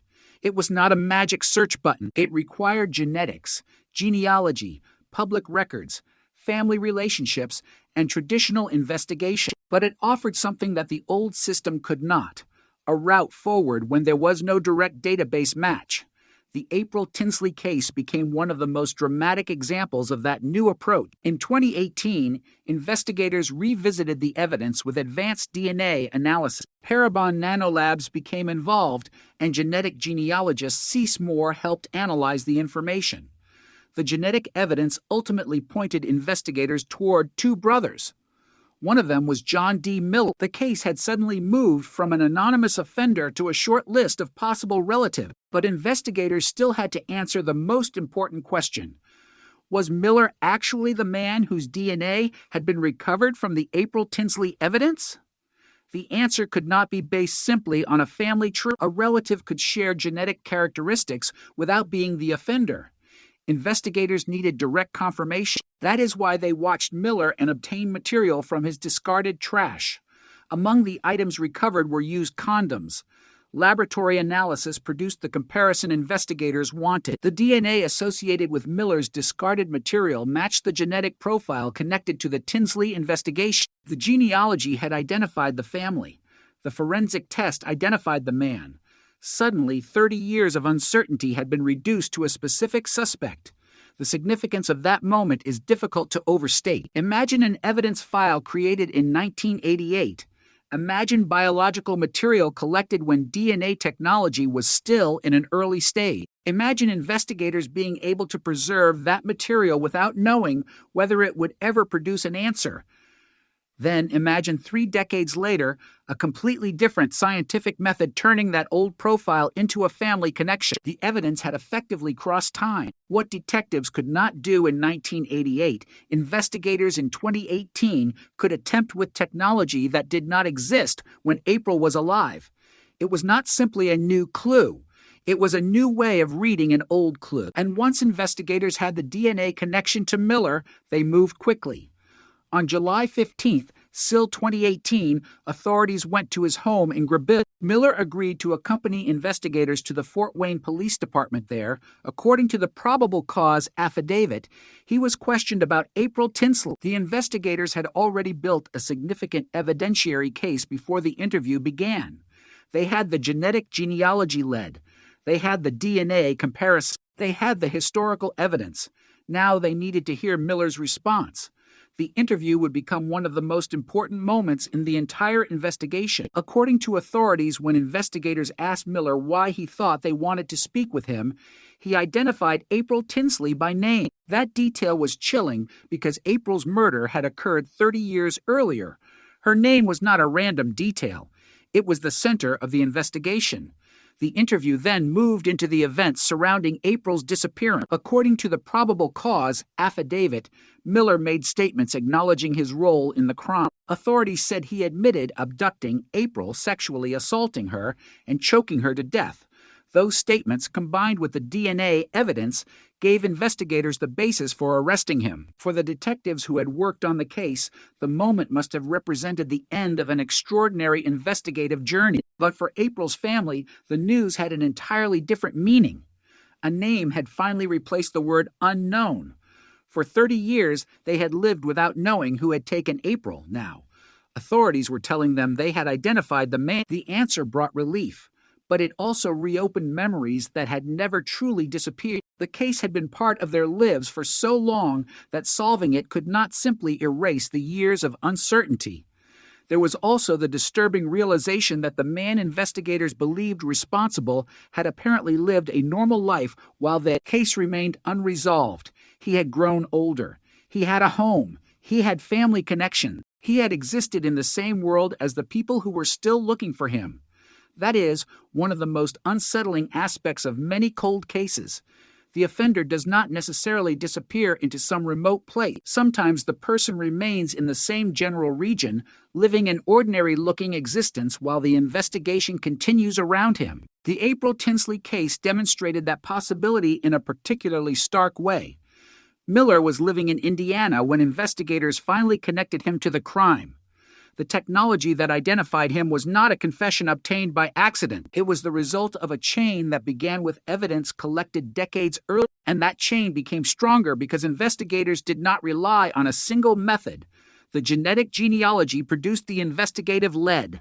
The discarded DNA provided a direct comparison. The police interview produced statements described by authorities as incriminating. Each element reinforced the other. The case that had once depended on fragments now had multiple independent lines pointing toward the same man. The legal system would determine what those facts meant, but the investigative mystery had effectively been solved. In the days after the arrest, details of the breakthrough became public. Officials emphasized the importance of the technology and the persistence required to keep the case active for 30 years. The April Tinsley investigation became a national example of the potential of genetic genealogy. It showed that old DNA evidence could become newly useful when investigators had access to modern analytical techniques. It also demonstrated why cold case detectives continued to revisit evidence that had previously produced no result. A case that failed under one scientific method might succeed under another. The evidence did not become better. The technology became better. That distinction became central to the broader discussion of forensic genetic genealogy. The method could generate leads, but it could not replace traditional confirmation. Investigators still had to identify a suspect, obtain a suitable comparison, establish the connection, and build a prosecutable case. The April Tinsley investigation followed that model. The prosecution then moved forward. Miller faced charges related to April's murder and other offenses. The evidence collected over 30 years was now part of an active criminal case. The public had spent decades wondering whether anyone would ever be held accountable. Now there was a defendant, but there was also a courtroom, and the courtroom demanded something different from the investigation.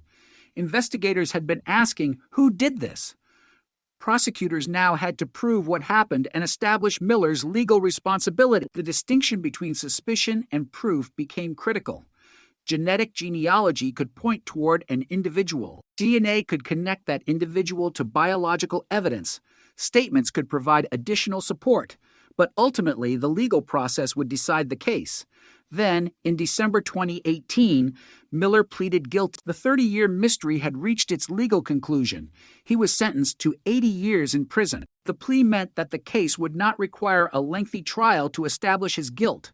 The man investigators had identified through the combination of genealogy, DNA, and traditional police work accepted responsibility in court. Yet even with the guilty plea, there was an uncomfortable truth at the heart of the case. Justice had arrived 30 years late.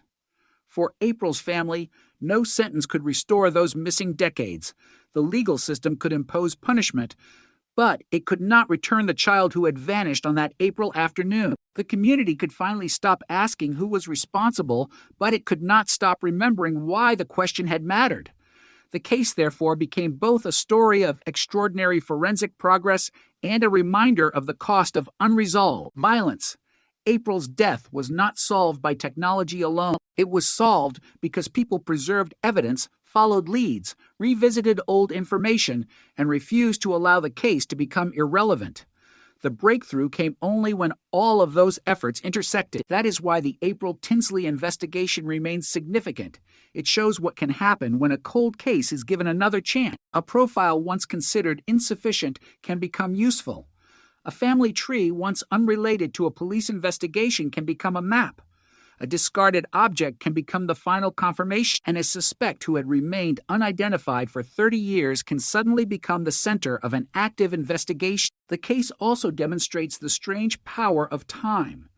Time can destroy evidence. It can also preserve evidence until science catches up.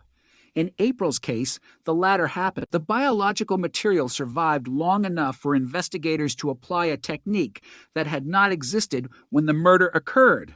The evidence had been silent for decades. Then science gave it a voice, and once it spoke, the investigation moved with astonishing speed. The name John Miller became connected to April Tinsley's murder. The arrest came. The charges followed. The guilty plea followed those charges, and an 80-year sentence finally closed the legal chapter. But the emotional chapter could never be closed in the same way.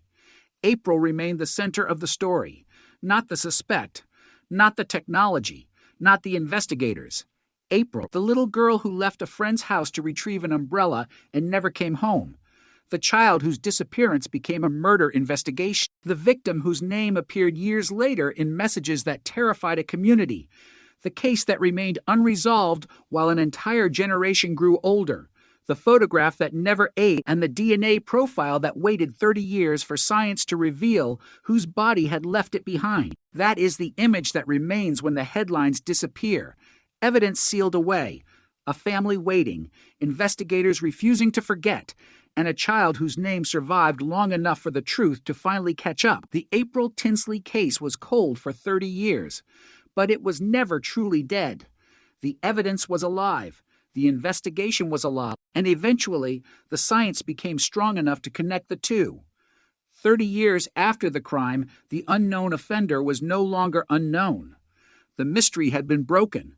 The case had been solved, and the answer had been waiting inside the evidence all along.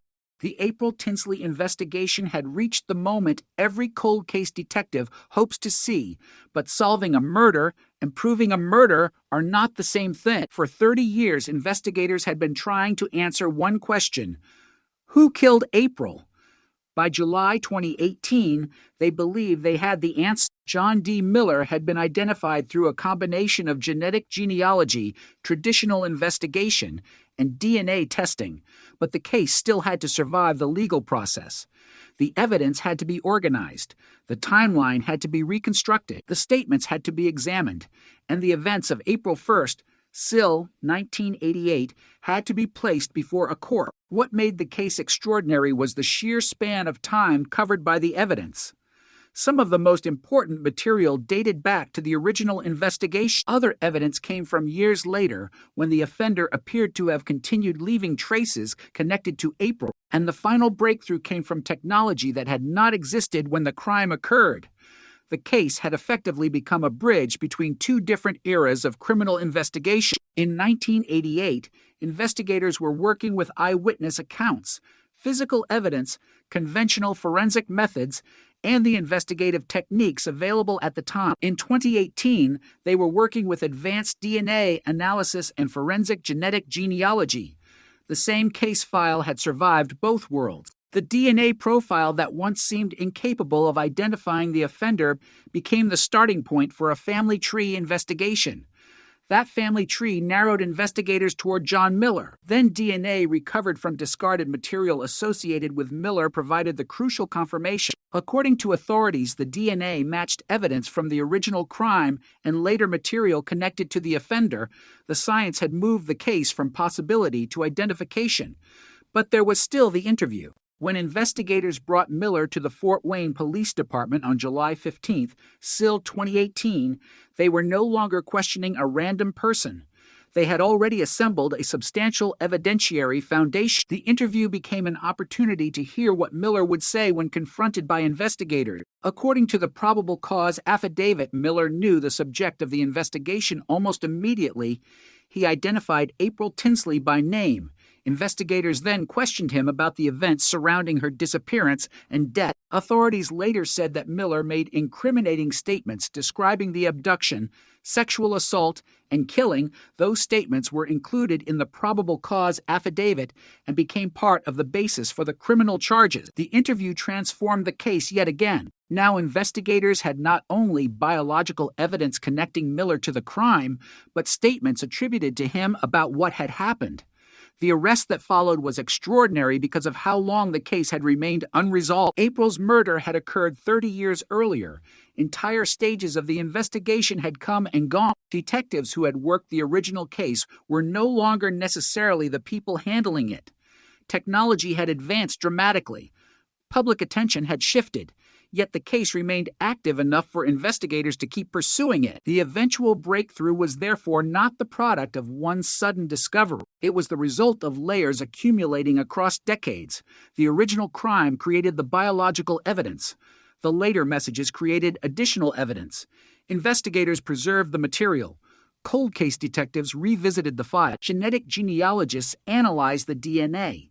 Police identified a potential suspect. Traditional DNA testing confirmed the connection, and then the suspect's own statements became part of the case. Each stage depended on the previous one. Without the original evidence, there would have been no DNA profile. Without preserved evidence, there would have been nothing for modern technology to analyze. Without genetic genealogy, the profile might have remained unidentified. Without traditional DNA testing, the genealogical lead might never have become a confirmed suspect. Without the interview, investigators would have had a different evidentiary picture.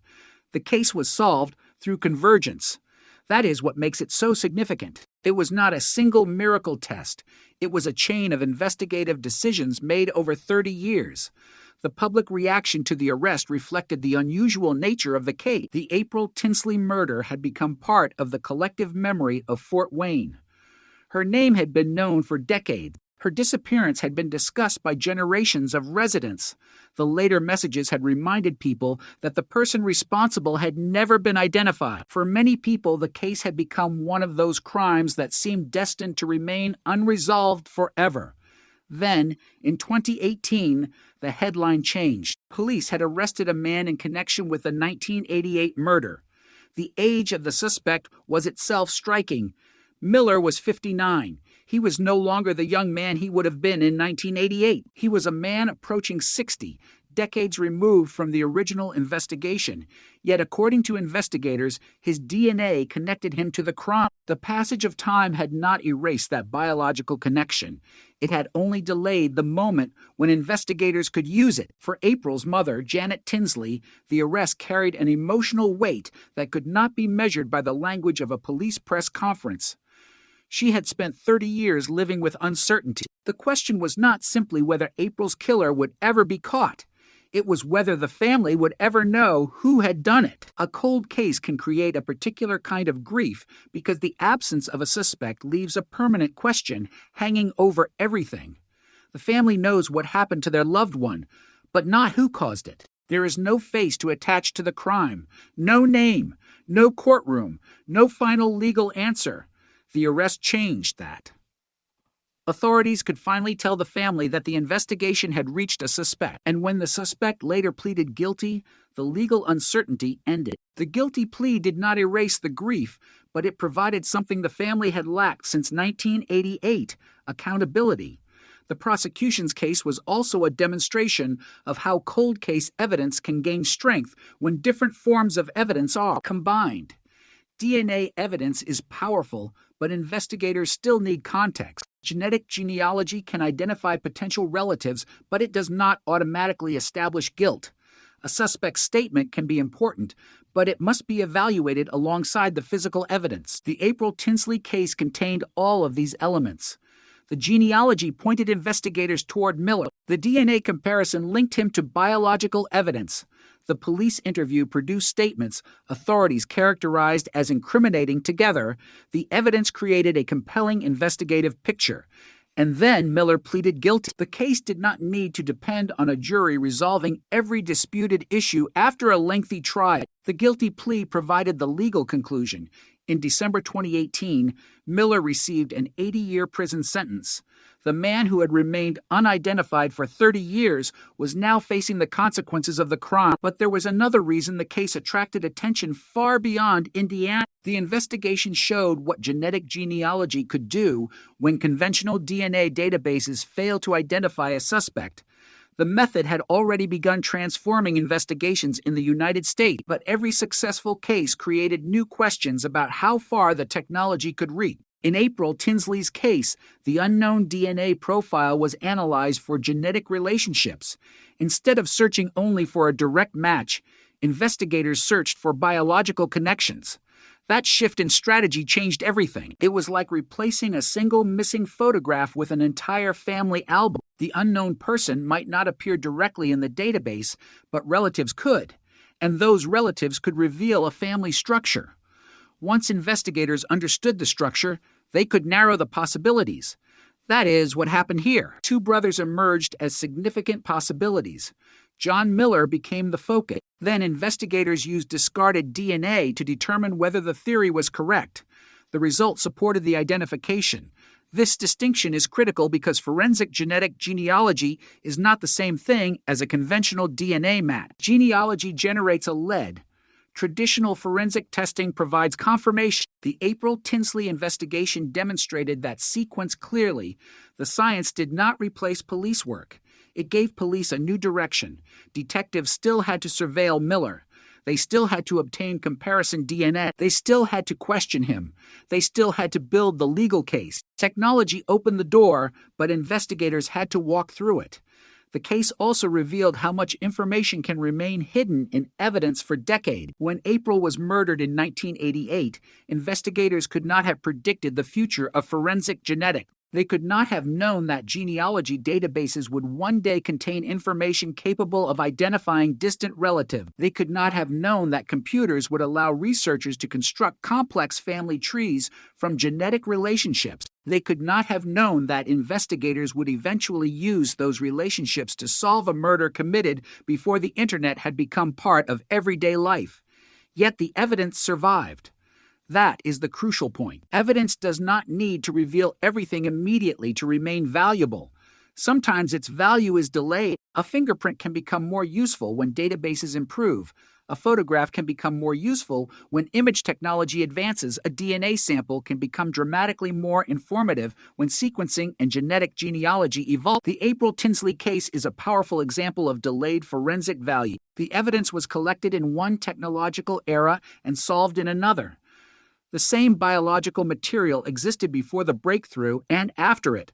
What changed was the ability to interpret it. For the investigators, that meant returning to old evidence with fresh eyes. Cold case work often requires exactly that mindset. A case may have been investigated thoroughly in its own time and still contain information that could not be understood until later. Saying that a case was not solved in 1988 does not mean the investigators failed. It means the available tools reached their limits. The detectives of 2018 inherited those limits and then pushed beyond them. That is why the eventual arrest should be understood as a continuation of the original investigation rather than a completely separate event. The evidence collected in 1988 remained the foundation. The detectives who worked the case later built upon that foundation. The genetic genealogists added another layer. The laboratory testing added another. The interview added another. And finally, the legal system turned the accumulated evidence into a conviction. For the public, however, the most chilling element remained the offender's apparent decision to keep the case alive through later messages. The 1990 barn door message and the 2004 notes had transformed the crime from a single terrible event into a continuing mystery. The person investigators were looking for appeared to understand that April's murder remained unsolved. He appeared willing to remind the community of that fact. Yet those communications may also have helped investigators preserve the biological trail that ultimately led to him. Every new trace carried risk. Every discarded item could become evidence. Every message could connect the offender to the past. In the end, the very confidence that seemed to protect the killer may have contributed to the evidence investigators eventually used against him. That is one of the most disturbing paradoxes of the case. The offender appeared to believe that he could control the fear surrounding April's murder, but the evidence he left behind became part of the chain that eventually exposed him. Time did not protect him. Time preserved the evidence. Technology did not erase the crime. Technology made the evidence more powerful, and the family that had waited 30 years finally received an answer. When Miller pleaded guilty, the April Tinsley case ceased to be an unsolved murder. It became a solved crime with a known offender and a prison sentence. But the word solved can be misleading when viewed from the perspective of the victim's family. A case can be solved legally while remaining emotionally unfinished. The legal system can announce a sentence, but grief does not follow a court calendar. April's family still had to live with everything that happened after April disappeared. The years did not come back. The birthdays did not come back. The ordinary moments did not come back. The sentence was 80 years, but April's life had ended at 8. That contrast cannot be repaired by any courtroom. What the case could provide was certainty. Certainty about the offender, certainty about accountability, certainty that the investigation had finally reached its destination, and that certainty mattered. For 30 years, the family had been forced to live with the possibility that April's killer might never be identified. Now they knew. The name was John D. Miller. The evidence had connected him to the crime. He had pleaded guilty, and the court had sentenced him. The mystery had ended, but the story of the investigation remained important because it demonstrated something that every cold case detective understands. Time does not necessarily destroy the truth. Sometimes it buries it. Sometimes it hides it inside evidence that no one can yet interpret. And sometimes, years later, someone develops the tool needed to uncover it. April Tinsley's case waited 30 years for that moment. The evidence survived. The investigators returned. The family never stopped remembering, and eventually, a DNA profile that had once been anonymous became a path to a family tree. A family tree became a suspect became a DNA match, and a DNA match became an arrest. The final legal answer came only months later, when Miller pleaded guilty and was sentenced to 80 years. The cold case was no longer cold, but the image that remained was not the arrest photograph or the courtroom. It was April herself, frozen forever at 8 years old, while the world around her continued to change. Her killer grew old. The detectives changed. Technology advanced. New generations grew up knowing only the name of the case, yet April's name remained. 30 years could not erase it. And when modern science finally opened the locked door inside the evidence, that name was still there, waiting to be heard. By the time investigators returned to the April Tinsley case with modern genetic technology, the investigation had already accumulated 30 years of history. That history mattered because the breakthrough did not begin in 2018. It began in 1988, when an 8-year-old girl disappeared from her Fort Wayne neighborhood and was later found dead in rural DeKalb County. It continued in 1990, when a message appeared on a barn door near the location where April's body had been discovered, claiming responsibility for her murder and threatening another killing. It continued again in 2004, when 4 disturbing notes appeared around Fort Wayne, several placed on bicycles belonging to young girls, accompanied by used condoms or Polaroid photographs. The FBI later described the case as containing a significant trail of evidence left by the offender. In 2009, when federal agents joined Indiana investigators in a renewed effort, they believed the case was still highly solvable. But at that moment, the identity of the killer remained unknown. That was the contradiction that defined the investigation. The evidence was there. The killer had apparently left evidence behind. Yet the evidence could not produce the one thing detectives needed most: a name. The 2004 material was particularly valuable because it appeared to connect the same offender to April's murder 16 years after the original crime. Investigators could examine the notes, the photographs, the objects left with them, and the biological material. The FBI even developed an offender profile based on behavior demonstrated from 1988 through 2004. Agents believe the killer was a white male, likely in his 40s or 50s by 2009, with strong ties to Northeast Fort Wayne and Allen County. Investigators were trying to reduce a massive population of possibilities into a manageable group of suspects. But a behavioral profile is not an identification. It can tell detectives what kind of person they may be looking for, where that person might live, and what characteristics may be relevant. It cannot put handcuffs on someone. The DNA was potentially more precise, but the DNA profile still needed a comparison, and without that comparison, it remained an anonymous biological signature. The passage of time made the problem more complicated. People who might once have remembered something had moved away. Some had forgotten details. Some potential witnesses were no longer available. Places had changed. Neighborhoods had changed. The world in which April disappeared was becoming increasingly distant. Yet one thing had not changed: the biological evidence. That evidence did not have a memory problem. It did not forget. It did not move away. It did not grow old. It remained what it had been from the beginning, waiting for investigators to find a way to extract more information from it. This is one of the most important facts about forensic evidence in a cold case. Human memory deteriorates, technology improves, and sometimes those two forces work in opposite directions. The witness who remembered a suspicious vehicle in 1988 might remember less in 2009. But the DNA collected in 1988 could become more informative in 2018. The evidence itself could effectively become stronger while the human trail around it became weaker. That possibility would ultimately define the Tinsley investigation. In 1988, forensic DNA analysis was itself an emerging technology.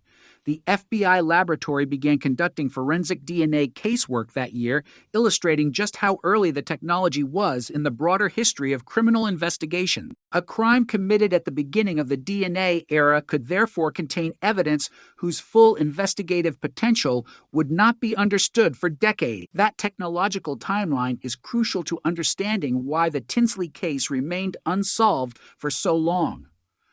Modern viewers often imagine DNA as an instant identification system. A sample is collected, a computer produces a name, and detectives make an arrest.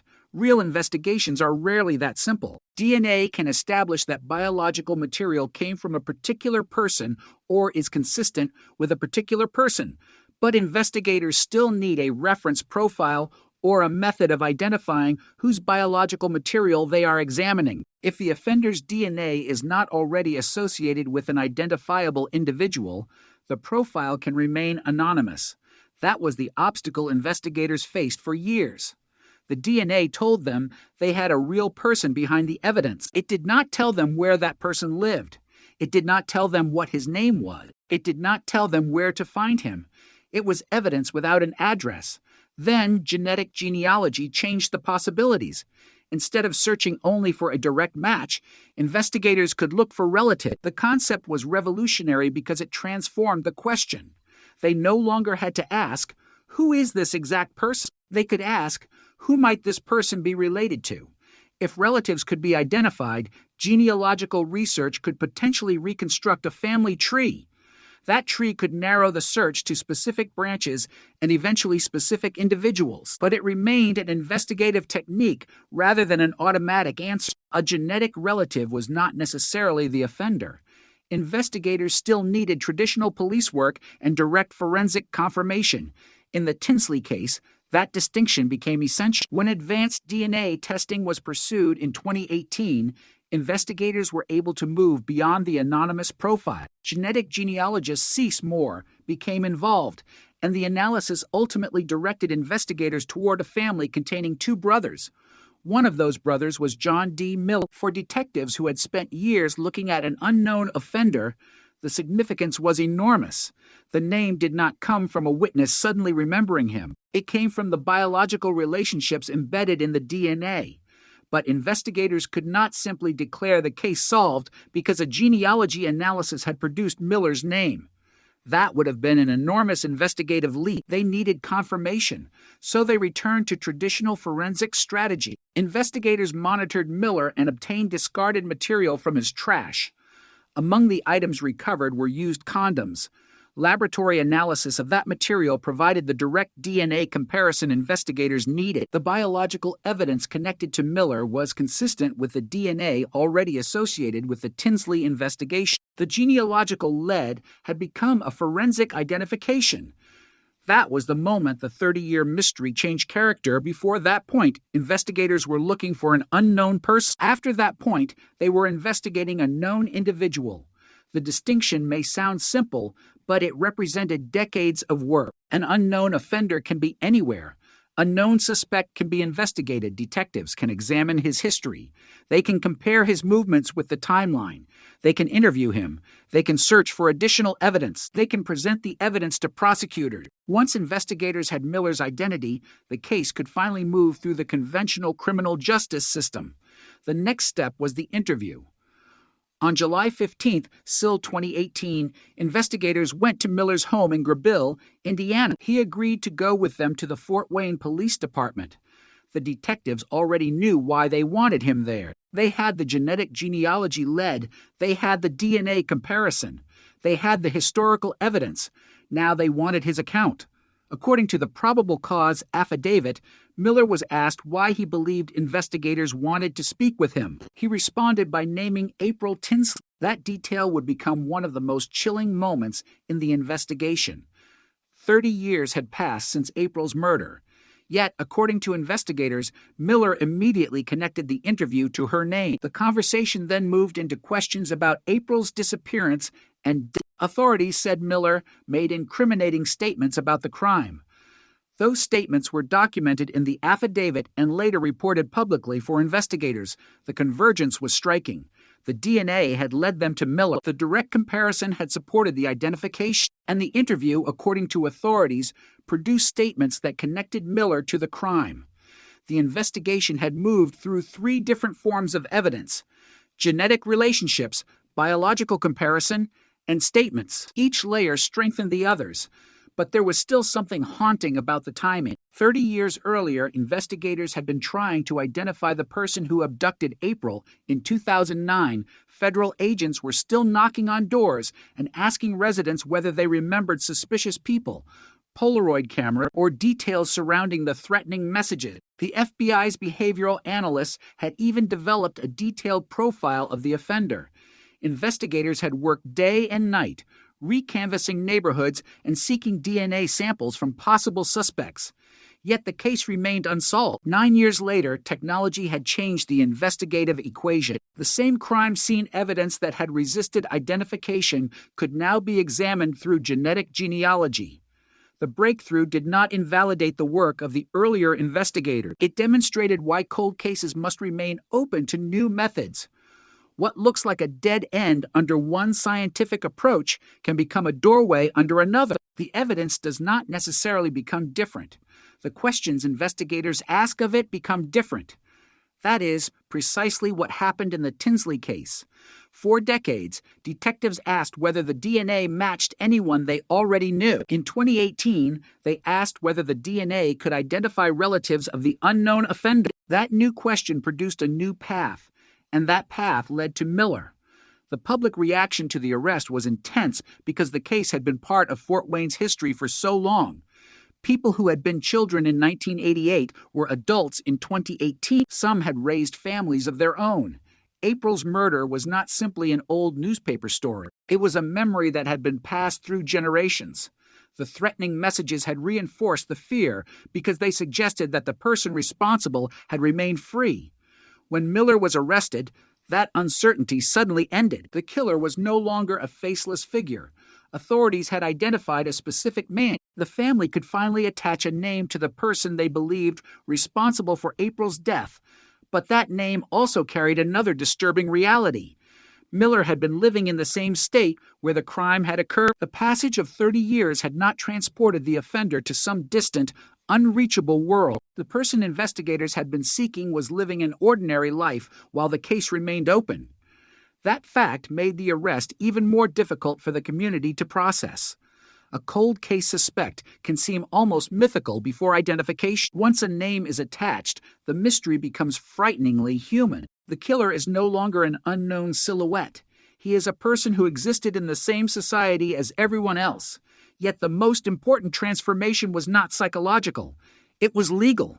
The evidence now had to be taken into court. Miller faced formal charges connected to the murder. Prosecutors had to establish that the man identified through the investigation was legally responsible. The decades-old evidence would have to survive the scrutiny of the justice system. The genetic genealogy would be part of the investigative story, but the direct DNA comparison and other evidence would be essential. The case had moved from the world of investigative possibility into the world of legal accountability. Then came the guilty plea. In December 2018, Miller pleaded guilty and received an 80-year sentence. The legal chapter had ended with an admission of guilt rather than a jury verdict. After 30 years, the case finally had its conclusion. Yet the word conclusion can be misleading. A criminal case can conclude in court while the human consequences continue indefinitely. April's family had waited 30 years for the identity of her killer. The guilty plea provided an answer, but it could not restore the years that had been lost. April was still the 8-year-old girl who disappeared in 1988. She had never grown older. Her family had, the investigators had. The technology had, the suspect had, the community had. April remained frozen in the photographs from the case. That contrast is one of the most painful realities of homicide investigation. The victim's life ends at one moment, but everyone else continues moving through time. Birthdays continue. Seasons change. Children grow up. New technologies appear. Old detectives retire.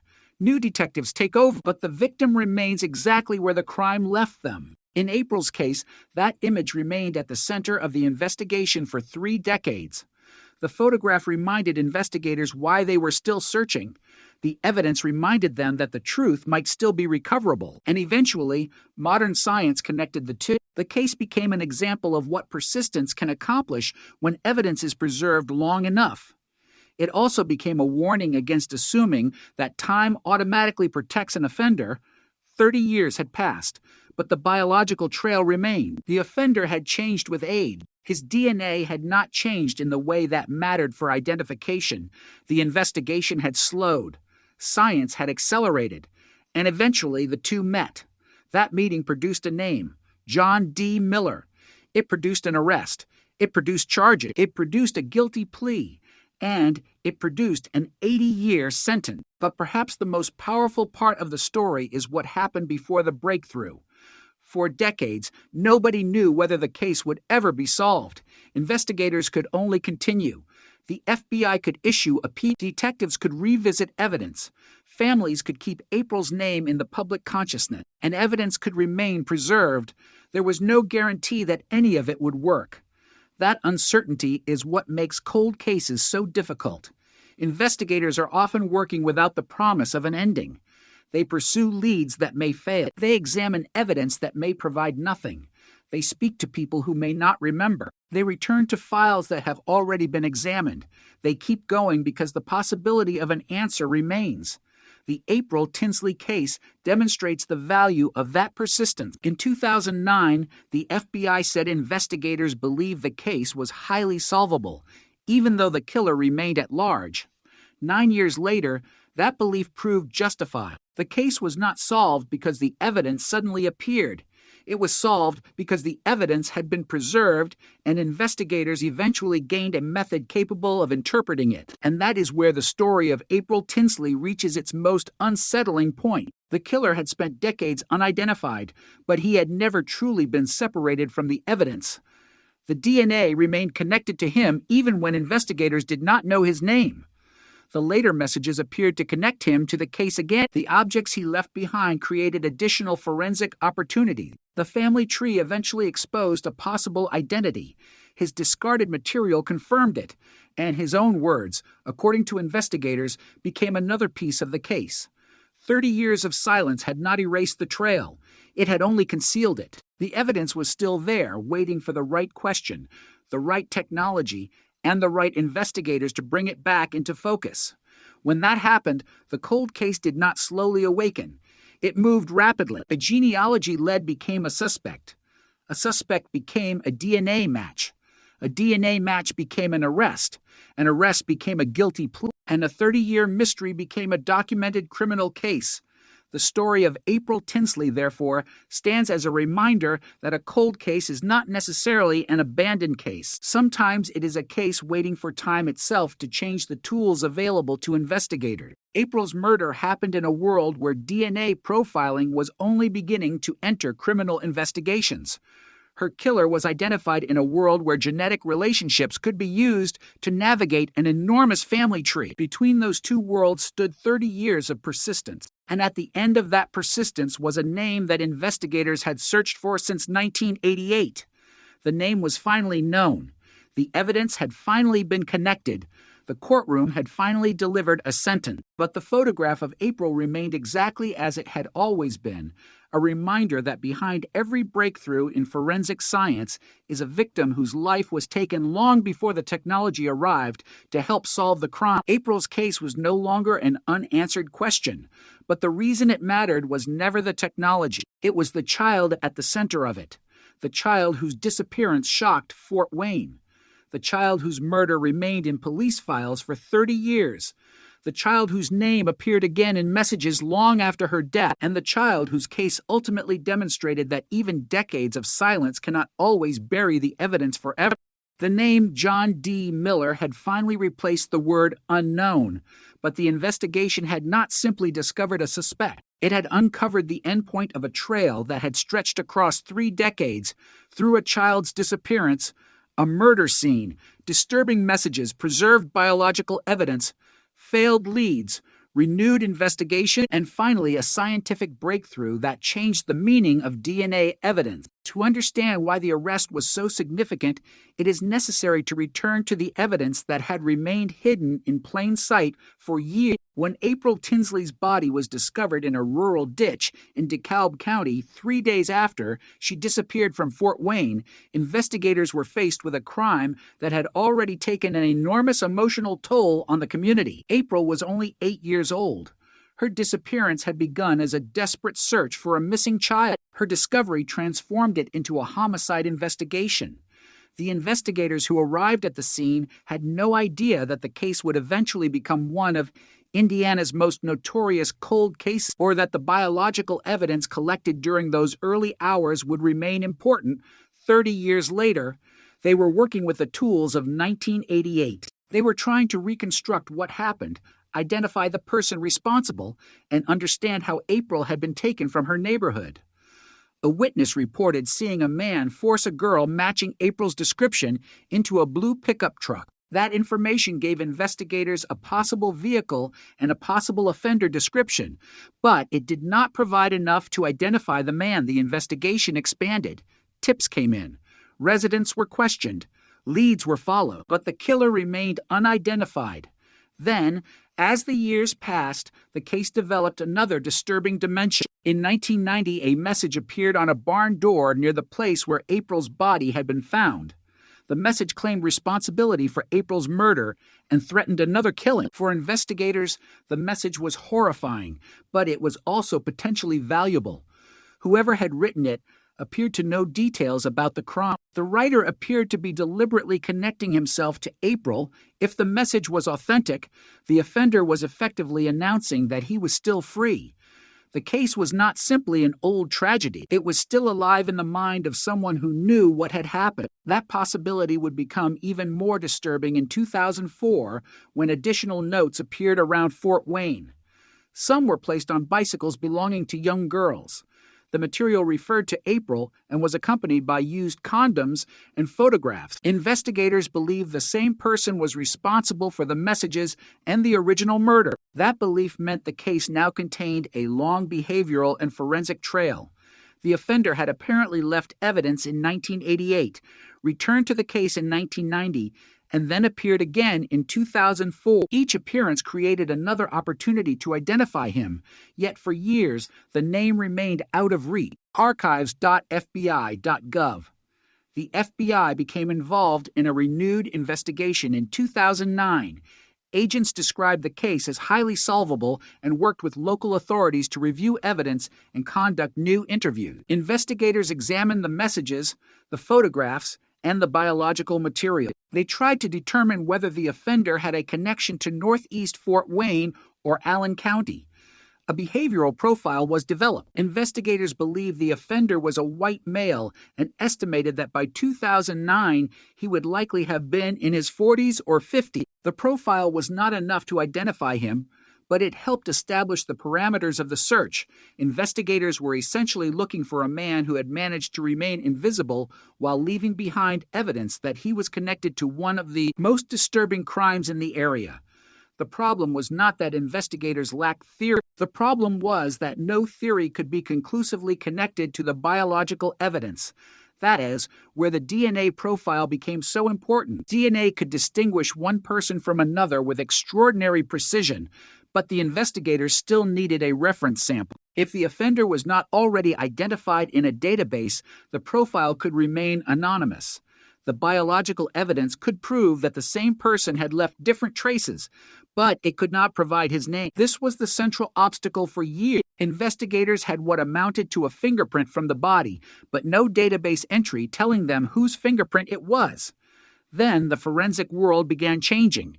Genetic genealogy created a new way to search for unknown offenders. Instead of asking whether the unknown DNA profile belonged to someone already identified, investigators could search for genetic relatives. The approach was based on a simple but powerful biological fact.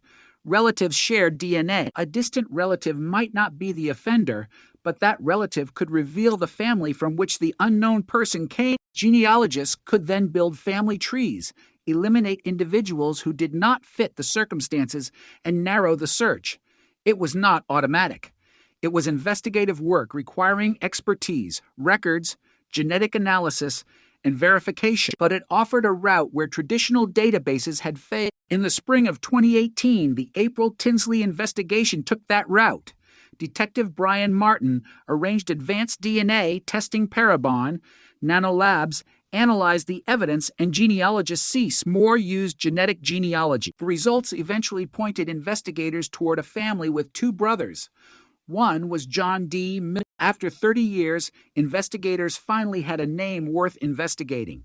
But they did not arrest him immediately. The genealogy result was a lead.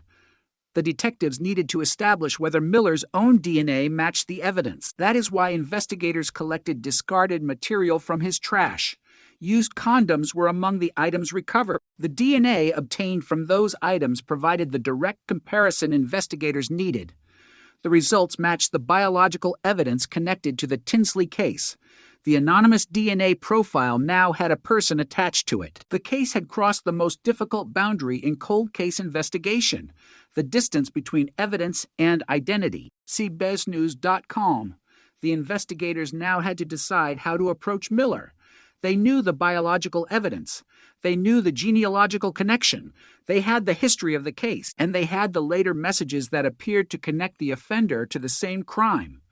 On July 15, 2018, authorities went to Miller's home in Greville. He agreed to accompany them to the Fort Wayne Police Department. Inside the interview room, investigators asked questions about April. According to the probable cause affidavit, Miller identified April by name when asked why he believed detectives wanted to speak with him. That moment was significant because the investigators had not been seeking a random confession. They already believed the DNA evidence connected Miller to the crime. The interview was an additional investigative opportunity. According to authorities, Miller then made statements describing his involvement in April's abduction, sexual assault, and killing. Those statements became part of the probable cause supporting the charges. The case had now accumulated evidence from multiple eras. Biological evidence from 1988, messages and biological material from later years, modern genetic genealogy from 2018, direct DNA comparison from Miller's discarded material, and statements attributed to Miller during questioning. It was a chain extending across 30 years. The arrest was announced publicly, and the reaction was immediate. The April Tinsley case had been one of those crimes that many people assumed might never be solved. The word cold case had become part of its identity. The murder had happened before many people in the community had even been born. Yet suddenly investigators were standing before the public announcing that they had arrested a suspect. The breakthrough also attracted national attention because of the genetic genealogy technique. The case demonstrated how DNA from an unknown offender could potentially be used to identify relatives and eventually narrow the search to a specific individual. For law enforcement, it was an example of a new investigative frontier. For April's family, it was something much more personal. 30 years of uncertainty had finally been replaced by a name. Janet Tinsley, April's mother, had lived with the possibility that the person responsible might never be identified. Now authorities were telling her that they believed they had found him. The emotional impact was profound. There was relief because the mystery had finally been answered. There was grief because the answer forced the family to confront the details of the crime again. There was anger because the person responsible had remained free for so long, and there was the painful realization that nothing could restore April's life. A cold case arrest can close an investigative question without closing the emotional wound. The family still had to live with what happened, but the legal system could now begin the process of accountability. Formal charges were filed against Miller. The allegations included murder and other offenses connected to April's death. The prosecution now had to convert a 30-year investigation into a case that could be resolved in court. The evidence had to be presented in a form that met legal standards. The DNA connection would be central. The statements would be important. The history of the investigation would establish the context. The later messages and biological evidence would help explain how the case had developed. But perhaps the strongest element was the convergence of independent investigative methods. Genetic genealogy had pointed toward Miller. Traditional DNA testing had connected him to the biological evidence. Investigators had then obtained statements during questioning. Each stage reinforced the next. The result was a case that did not depend on one technological trick. It depended on technology and traditional investigation working together. This distinction became particularly important as the public began hearing more about genetic genealogy. The technique was sometimes described as though it could simply identify anyone from any DNA sample. The reality was more complicated. The DNA had to be suitable for the analysis. Genetic relationships had to be identified. Genealogical research had to be conducted carefully. Potential suspects had to be evaluated against the facts of the case, and then direct forensic testing was needed to confirm the identity. The April Tinsley investigation followed that progression. The genealogy did not convict Miller. It helped investigators find him. The direct DNA comparison and the rest of the evidence formed the basis of the case. See bestnews.com. That distinction also reveals why the evidence preserved from the original investigation was so valuable. If investigators had not retained the biological material, there would have been nothing for modern science to analyze. The technological breakthrough would have arrived too late, but the evidence had survived. It had remained in the investigative record. The passage of time had not erased its value. In fact, time increased its value because scientific capabilities expanded. The April Tinsley case therefore became a powerful example of why cold cases should not be judged only by the tools available when the crime occurred. A case that seems impossible in one decade can become solvable in another. Science does not move at the same speed as a criminal investigation. A technique may be experimental when evidence is collected and routine years later. That is what happened here. The biological evidence existed before the modern genetic genealogy revolution. The evidence waited while the science evolved. When the science caught up, investigators were ready to use it. The final legal resolution came quickly compared with the decades that preceded it. In December 2018, Miller pleaded guilty and was sentenced to 80 years in prison. The case that had remained unresolved since 1988 had moved from arrest to guilty plea within months. That speed made the contrast with the previous 30 years even more striking. For most of the investigation, the answer had seemed impossibly distant. Once the identity was established, the legal process moved rapidly. The cold case had become an active prosecution almost overnight, but the sentence did not erase the years of uncertainty. It simply established accountability going forward. April's family still carried the history of what happened. The community still carried the memory of the little girl whose disappearance had shocked Fort Wayne. The case still carried the disturbing record of messages that had appeared long after April's death, and the evidence remained a reminder of how close the truth had been all along. There is a particular cruelty in a case like this. The evidence existed. The answer existed. The killer existed. But the connection between those things was missing. For 30 years, that missing connection prevented justice. Then a new scientific method created it. The genetic genealogy did not discover a new piece of evidence. It discovered a new relationship between existing evidence and the world around it. That relationship became the key. The unknown DNA profile was no longer isolated. It belonged to someone with relatives. Those relatives belonged to families. Those families led investigators toward Miller. Then his discarded DNA confirmed the connection. The mystery had not been solved by luck. It had been solved by reconstructing the hidden relationships inside the evidence. And once that reconstruction was complete, the case became almost impossible to ignore. The same biological signature that had been anonymous for decades now pointed toward one man. The case that had once generated public fear now generated a courtroom proceeding.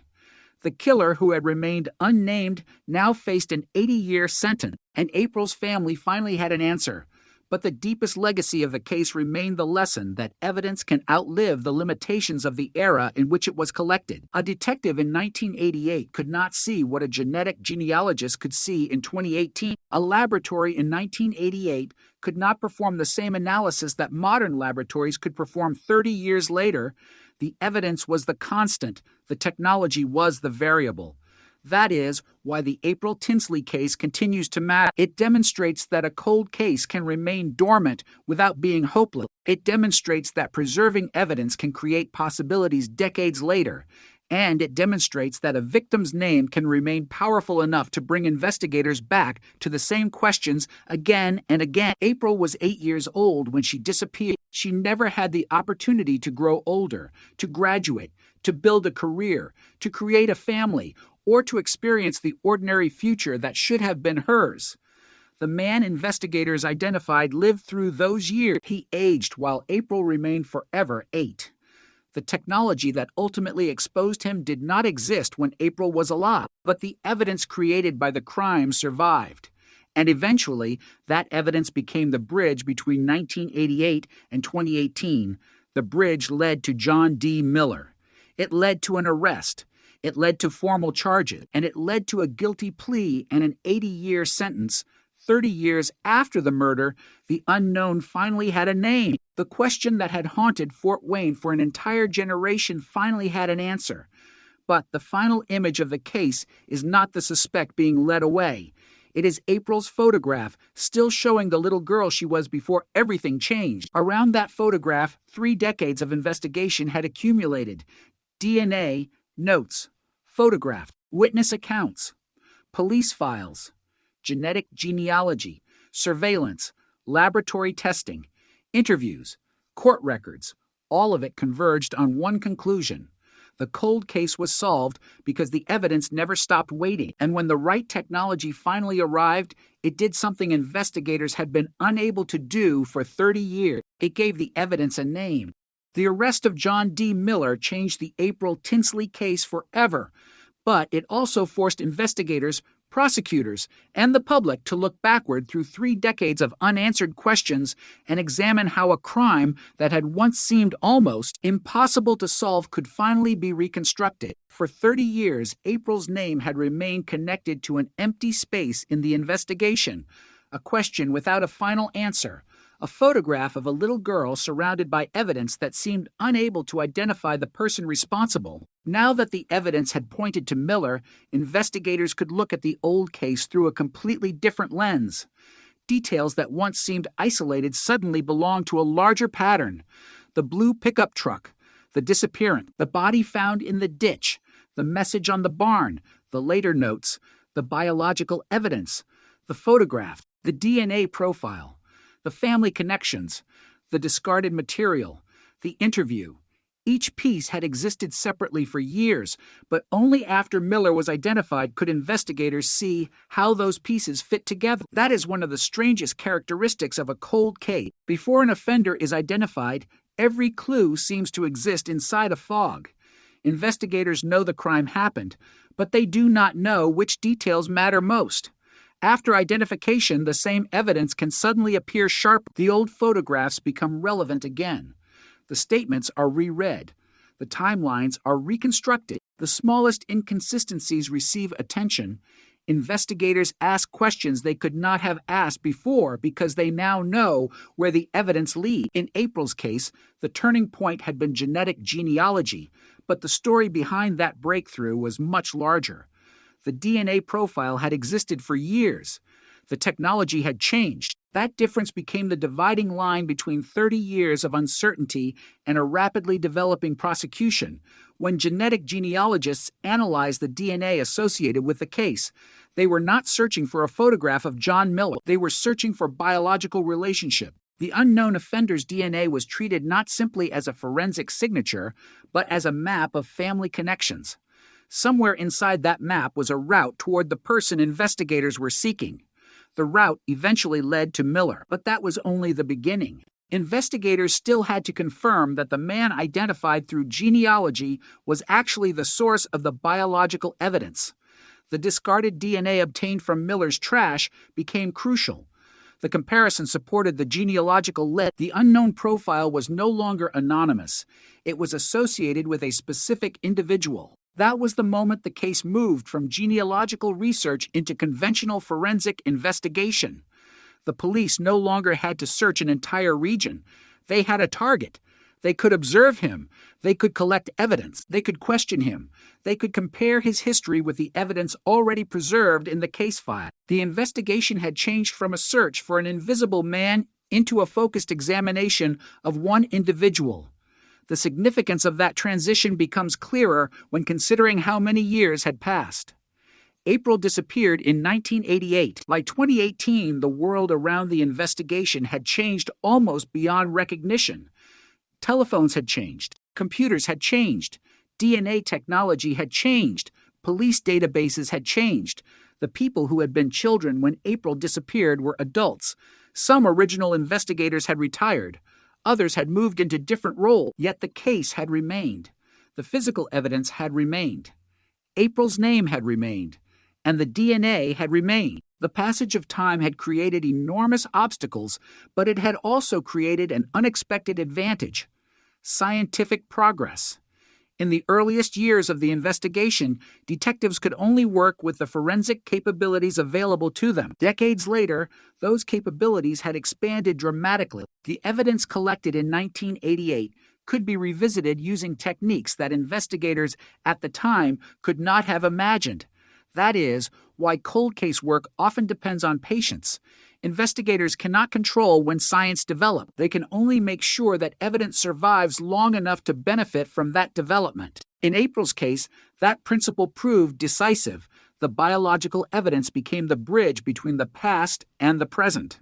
And once Miller had been identified, the investigation entered its most dramatic stage. On July 15, SIL 2018, authorities went to his home in Grabille, Indiana. Miller agreed to accompany investigators to the Fort Wayne Police Department. There, detectives confronted him with questions about April. According to the probable cause affidavit, Miller identified April by name when asked why he believed investigators wanted to speak with him. That detail was striking because April's murder had occurred 3 decades earlier.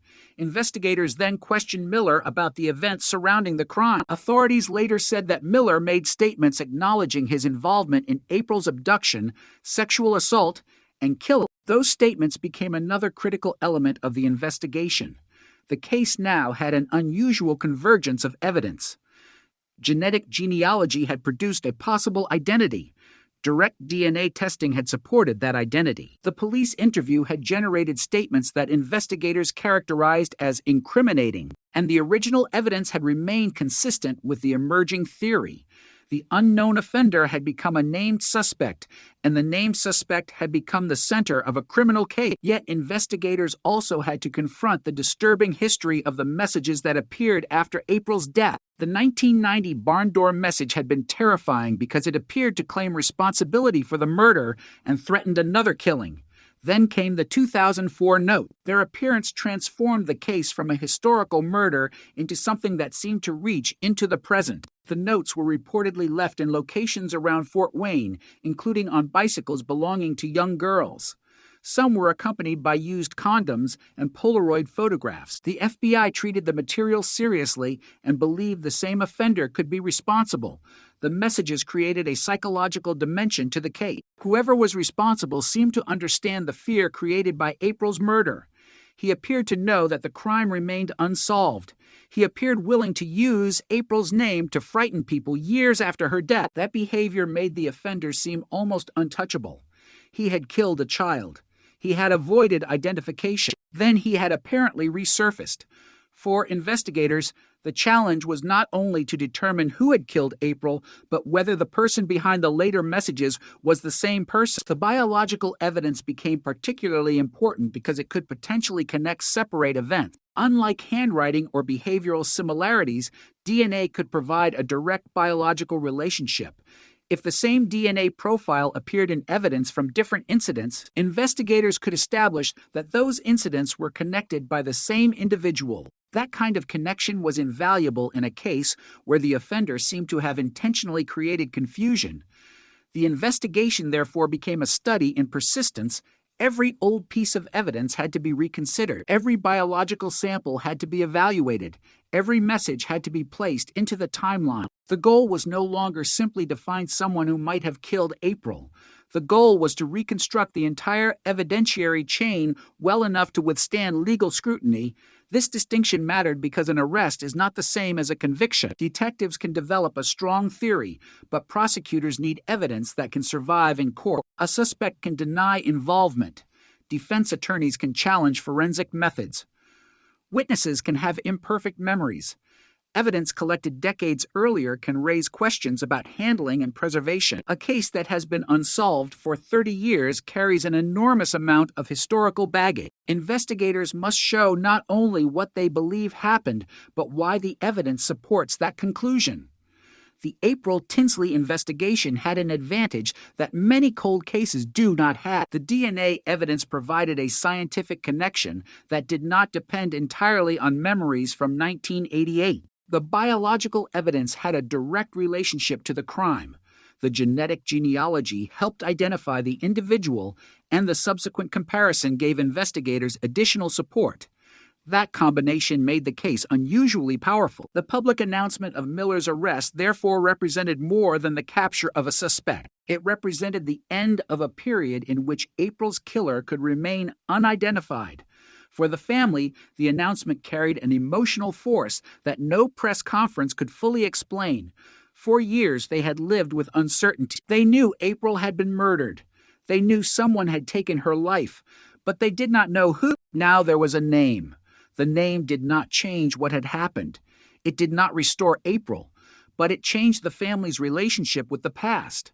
There was finally someone who could be held accountable. There was finally a criminal proceeding. There was finally the possibility of a sentence. And when Miller later pleaded guilty, that possibility became reality. In December 2018, he pleaded guilty and received an 80-year sentence. The case that had remained unresolved since 1988 was now legally concluded. Yet the emotional meaning of the guilty plea was more complicated. For some families, a guilty plea provides a form of closure. For others, closure is too simple a word. Grief does not disappear because a defendant admits guilt. The victim does not return. The years lost do not return. The family still has to live with memories that cannot be rewritten. What the guilty plea can provide is certainty.